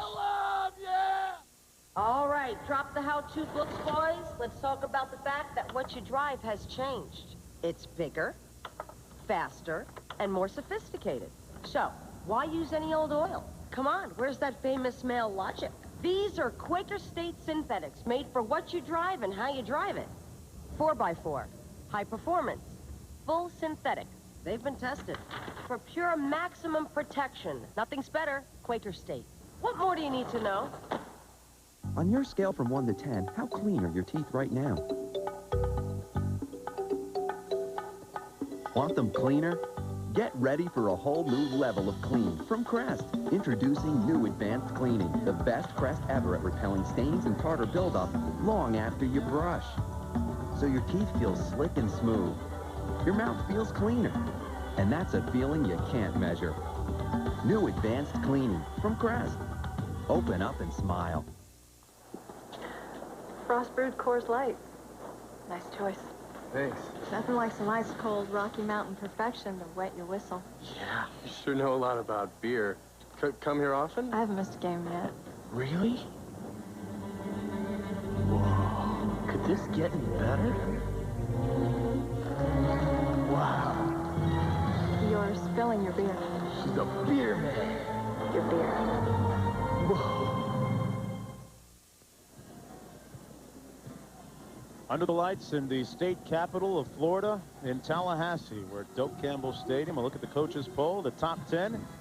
Nebraska winning 42-13 today against Iowa. Florida State leading by 31 points with 15 minutes to go. Wonder if they might gain a little ground on Nebraska. Don't forget, those of you expecting to see Alabama and Arkansas, that's coming up next right here on ESPN2. Ragone fires complete to Zeke Parker. Gains about 8 on the play, tackled by Abdul Howard of Quincy, Florida. These guys in the secondary have some tremendous role models in Cookie Thomas, Derek Gibson, Chris Hope, Tay Cody. Howard, one of those backups, at strong safety for Gibson. They have so many numbers here, Gino. And the big question mark, Coach Andrews thought, he goes, hey, we're solid as a group in the secondary, but I'm concerned about our depth. And now's where you're going to see some of the backups start to play and start strutting their stuff. Ragone trying to flex and struck a little bit. Wide open Gent. Getting a good downfield block from his wide receiver. And Gent is brought down at the 26-yard line. And back to Reese in the studio. All right, Mark, Illinois, Michigan, this thing has been one of those classic Big Ten slam-em-up kind of battles, but then you hit the big play. Kurt Kittner gets the DB to bite on the pump fake. He finds Aaron Moorhead, 59 yards, and set up a Rocky Harvey touchdown. Drew Henson's now in the game for Michigan. And Michigan with a few quarterbacking issues. I'm Mark Jones along with Gino Torretta and Rob Stone down on the sidelines. Louisville getting shut out 31-0 at the hands of the defending national champs from Florida State.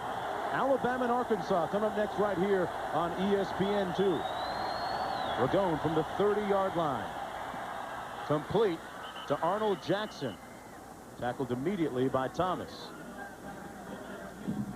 And Ragone starting to make it look easy. Now the backups start to come in for Florida State.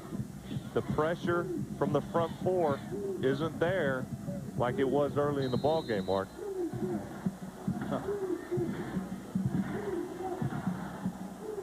Yeah, those guys who play behind the starters, they want to get some too. And you can bet that the defensive backups are hearing it from the starters to preserve that 0 on the scoreboard. On 2nd and 3, Gent didn't make it in. They're going to mark it out of bounds at the 1.5-yard line. A touchdown-saving tackle made by Chris Hope. I like Gent. Gent has been very impressive. He's a guy with good size and speed, 6'2", 240 pounds. There you see the good hands, able to break a tackle with his power, try to stay straight arm and get in the end zone. That was pretty close to getting in for 6 points. They are just 1.5 yards away now. And this kid only a sophomore, Gent, so he's got a lot of years left at Louisville. Yeah. They hand it off to Tony Stallings, running between the tackles, stacked up. The defensive charge led by David Warren, number 99. Eric Powell also in on the stop. Let's take one more look at that run by Gent after the catch. He came close to scoring. Oh, Gino thought it was it. Got to look out for that old reverse angle, G. Get you every time. That's why I'm up here without a striped shirt on, right? Stallings. Well, my partner's not signaling touchdown after that one. That's for sure. Hudson leading the charge. I don't think there's any doubt that the Seminoles want to preserve that shutout. 3rd down and goal coming up for the Cardinals. They want one less gasser, Mark. But I remember playing, and when a team late in the game, if we were pitching a shutout, our starters would ask to go back into the ball game just to preserve the shutout. In comes some fresh troops.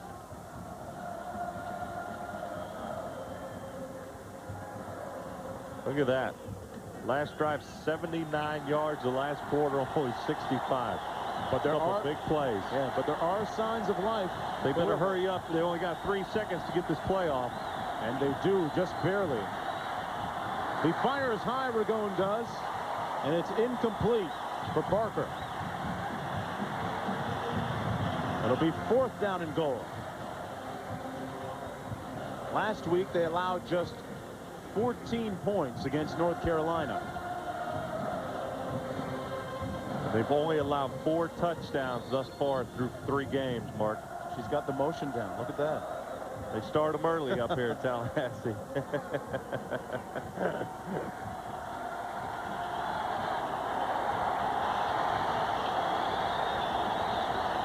To be shut out or not to be shut out? Still shut out. Seminoles take over on downs.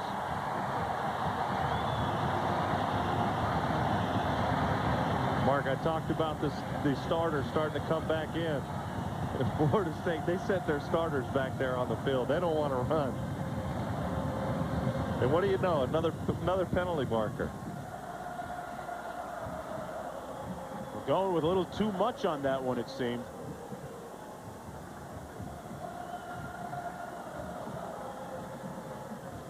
Guys, head coach Bobby Bowden's starting to put some of his horses back in the stables. The top 2 tailbacks.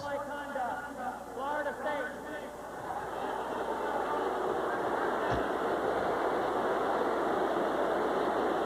FSU's top 2 tailbacks, Travis Minor and Jeff Chaney, have been put out. No injuries. Coach just wants to give them a breather. And right now, backup QB Marcus Outson running onto the field. Chris Wenke's day is done. The Seminoles, the starters, have done their damage, up 31 love. All right, Rob, yeah, big marketing exam coming up for Wenke, so, you know, start preparing for that. Outson, a 6'2", 220-pound senior.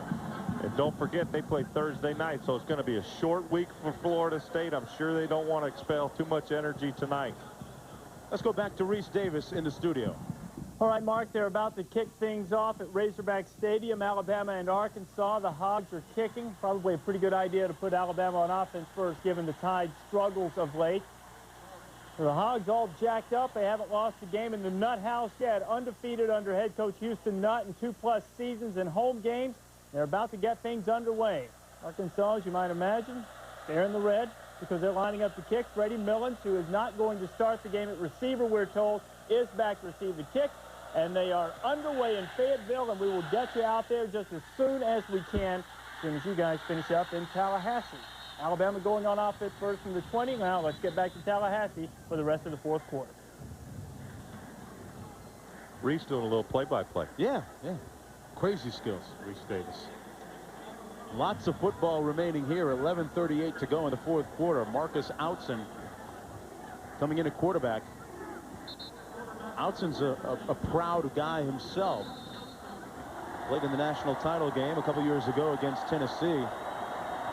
Struggled 2 games ago and came back and found a little redemption in the last game, backing up Wenke against North Carolina. Keeps it on the sneak. Gets about 2 or 3 yards, brought down by Anthony Floyd. Not exactly where you want to start a drive coming off the bench cold from your own 1-yard line. No. Go 99, Mark. They've got a stable of quarterbacks at Florida State. Jared Jones, who they are hoping to redshirt. Bricks is another good young one in the stable.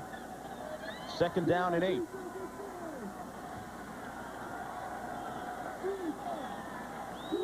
Backs lining up out of that productive I formation. Give us to the deep back. Number 22, Davey Ford, brought down by Rashard Harris.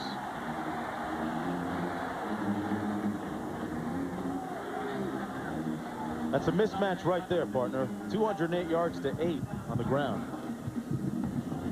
And Davey Ford, double deuce, by the way. Bad news for the Louisville defense. He might be the quickest and fastest. Well, he is the fastest Seminole on the entire roster, timed at 4.25 in the 40. And he's the 3rd string guy. What do the top two guys run if the third guy is running 4-2? That's where it's just unrelenting, this team. I mean, the talent. It doesn't matter if it's the starter or the backup. The only difference is the experience factor from the starter to the third guy. Mark Richt has a goal of 40 points per game for his offensive unit. And they are closing in on that total right now under the tutelage and guidance of number 14, Marcus Outzen. Will be back in Tallahassee after this.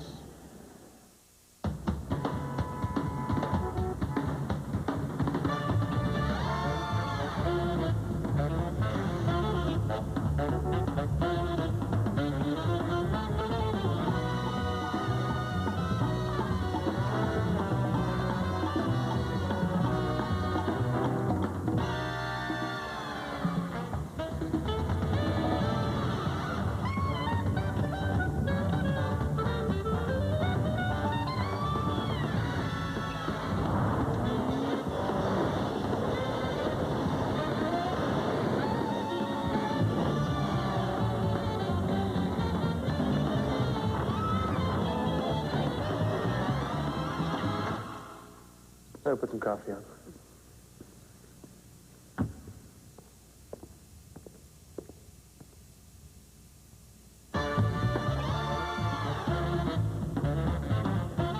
Lane 6, Nikita Selovanikov. Lane 7, Hans Meyer. Lane 8, Kenny Dunkel.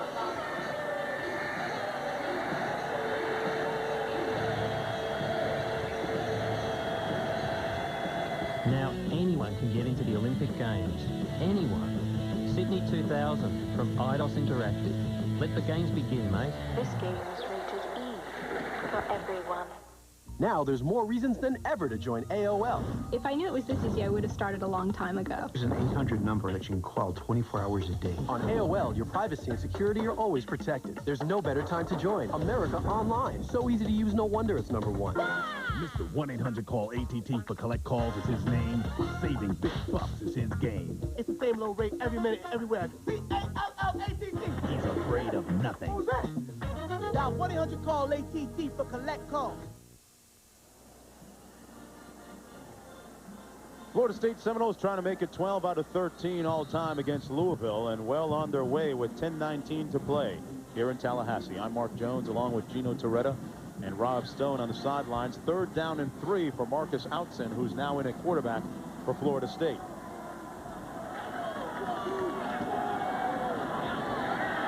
And it's a 1st down. Nice catch that time by number 21, Tallman. Are you a human sports encyclopedia? You claim to know more about sports than anyone else? Well, ESPN has come up with the ultimate sports fan quiz show. ESPN's 2-minute drill can be seen on Monday nights at 7, hosted by Kenny Mayne. You know, got a little question for you folks if you're out there listening. Who has a brother in the NFL that plays for Florida State right now?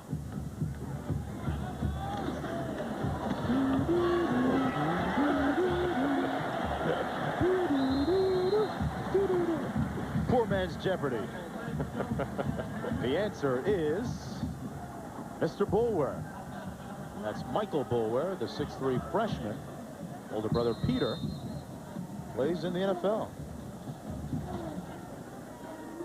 And, you know, they actually said that he came in as a wide receiver, Gino, and he's physically and actually ahead of where his brother was at the same stage. That's just a great example of the speed up here. I mean, Boulware comes in as a wide receiver. Now he's an outside linebacker. Scary. They run the ball again. Number 38 in the game, Greg Jones. And speaking of scary, look at the number of first-round picks produced since 1989. 18 more than Tennessee, Miami, Ohio State, and Florida. And success is breeding success here at Tallahassee. Bobby Bowden signed on to coach a few more years, too. He said he's coaching as long as it's fun for him. I guess when you don't lose, it's always fun, right? It can be funny that way, huh? toss now to Davey Ford. Ford sacked back at the 29-yard line. Number 41, Clark, leading the way for Louisville. The Cardinals will have to head back home and regroup. Try and take something positive out of this kind of experience. Not sure what exactly that might be.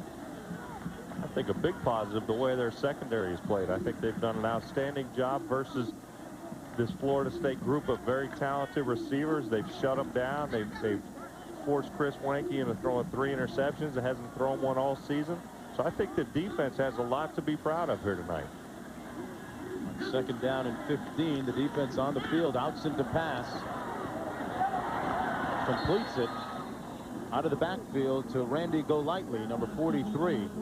The 6'2", 237-pound freshman. Homeboy out of Tallahassee, Florida. Didn't go out lightly that time. That's a made-for-TV name. 3rd and 11.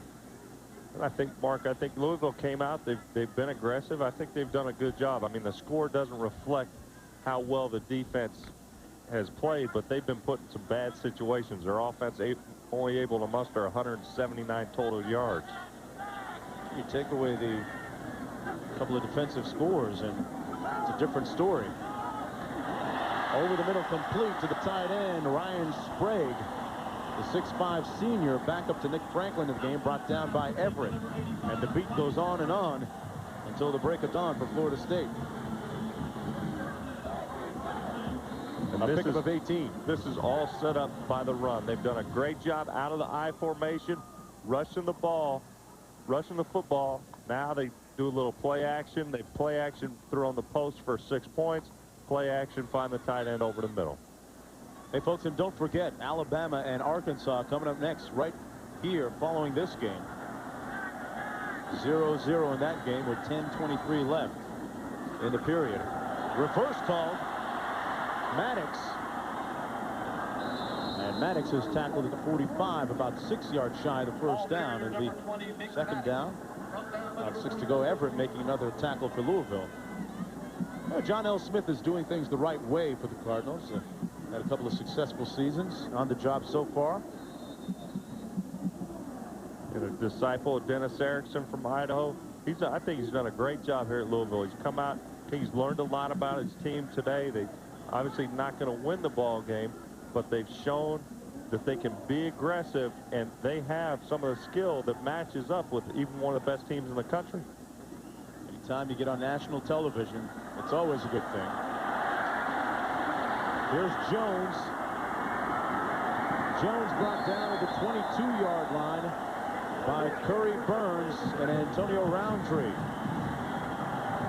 Louisville just trying to hang on. Next week, they take on the University of Connecticut at home, followed by a game at Alabama-Birmingham. Cincinnati is not going to be an easy contest. And this is one of their preseason games. They're very concerned. They have a good shot with a veteran club like they have of winning Conference USA this season. That is the upset conference, Gino, but certainly no upset today. 5:45 to play in the ball game. Little toss sweep to Davey Ford. Man, that guy's on roller skates. Down to the 12-yard line. Made something out of nothing, but there's a flag down back at the 23. Mark, let's take a look at the last play. I talked about the secondary and the strength. They've really done a good job. Watch Roundtree. He's on the other side of the ball. Fights off the block of the receiver. Look at the effort here. He's all the way across the field. Ends up making the touchdown-saving tackle. I think those are the positives you have to build on. This secondary, I can't say enough about them. Yeah, Roundtree as well as Holman. Holman with a couple of interceptions. Roundtree with a solid effort. Literally that time, Gino, sideline to sideline. And Floyd, who was dehydrated on the sidelines early in the game, able to come back, pick a pass off, and he's been showing up all game. And Curry Burns, the other safety. Down there on the field in the midst and grips of oppressive and stifling heat and humidity, that Louisville defense trying to hold in there, trying to hang on. This is the 11th play of the Florida State drive. First down and 20. Ford up the middle, down to the 30-yard line. As we go under 5 minutes to play, the tackle made by Derek Kennedy. Marcus Outson, the senior quarterback for Florida State, really doing a good job here. They want to milk the 25-second clock. He's snapping the ball with 2 or 3 seconds left, doing a great job of this drive, really milking the clock and taking as much time off the clock as he possibly can. Outson coming in for Wenke at the beginning of the 4th quarter as Wenke ties Gino Toretta now with 24 consecutive wins. Not yet, Mark. A lot can happen at 4:30. I'm sorry, I didn't see that. Holding out hope. Outson on the rollout. Complete. The number 20, Maddox, making the catch with a DB literally on his back. Let's go downstairs to Rob Stone. Guys, I'm joined now by retired State Trooper Billy Smith, and he spent more time with head coach Bobby Bowden than perhaps his wife. The past 20 years, you've been his right-hand man. What does it mean for you, for Coach Bowden being here for 25 years? Well, I think it's quite an honor both for him and particularly for the university. He took a program that was down and out, become a national power, and more important than that, he's just a quality individual to have around. Have you ever run into any problems with Coach Bowden? Is he a tough man to work for? If you can't work for Coach Bowden, you got problems. One of the nicest people I've ever known. You heard he was riding a motorcycle last night, and you weren't there to tend to his services. What are some of the crazy things Coach Bowden's done in the 20 years you've been with him? I don't know, but riding a motorcycle wasn't one of them. We were out in the Cotton Bowl many years ago, and he got on a bull, so... He got on a bull. How come you didn't stop him? It was in a pasture. We had it hemmed up. Wait, there's more to this story. What is Coach Bowden doing in a pasture riding a bull? It was a promotion deal for the Cotton Bowl. It turned out fine. Did you get on one? Yes, I am one. He told me he would get on if I got on. Great. So we got on and had our picture made and got off, and we okay. Did you get him anything to celebrate his 25th anniversary? No. Just other than a victory. I will take care of it because this is not his 25th tonight. This season would be. And when it's over with, we'll take care of that. And how are you going to take care of that? We'll come up with something unique for him. I'm afraid there's no bulls involved, please. No bulls involved. Thank you for your time. Okay, thank you. Hey, a Tallahassee cowboy. Little did we know, huh? Riding a bull rider? Anything to promote Florida State. Yeah, he said it. He's done a wonderful job during his 25-year tenure. And one of his loyal soldiers alongside the coach. A fumble. Outson puts it on the ground, and the Cardinals have the ball at their own 22. Floyd makes the fumble recovery, and Reese Davis never fumbles, do you, Reese? I have good hands, Mark. Alabama's best drive of the season. 17 plays, 80 yards, 8 minutes, 29 seconds. Brandon Myree going in. The Tide on top of the Hogs, 7-0. We'll get you to Fayetteville as soon as you guys are done. All right, Reese and Marcus Outson not happy at the last result coming from that play. And guess who made the play, Mark? Tell me. Anthony Floyd, another guy in the secondary.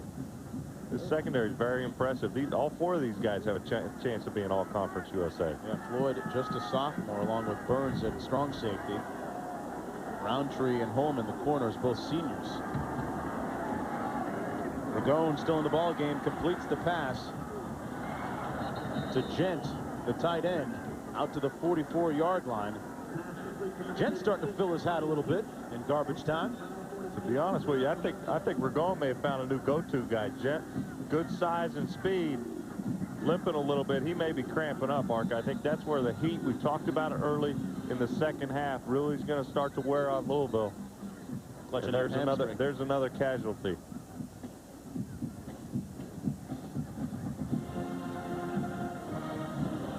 Let's toss it out to Alabama and Arkansas.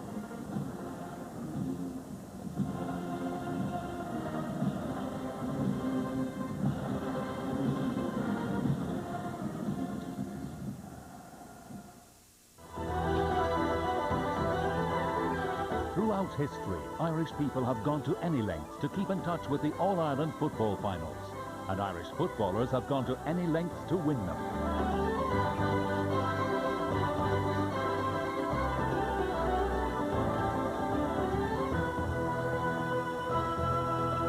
The final battle.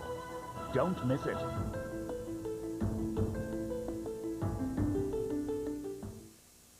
It's not just comedy, it's HBO comedy. Introducing a new channel that proves laughter is the best medicine. With award-winning original series, the funniest stand-up routines around, plus hilarious movies, and it's all commercial-free. I can get used to it. HBO Comedy, an exciting new addition to HBO The Works on Dish Network. It's to die for. To catch HBO Comedy, call now to upgrade to a Dish 500 system for only $75 plus shipping and handling.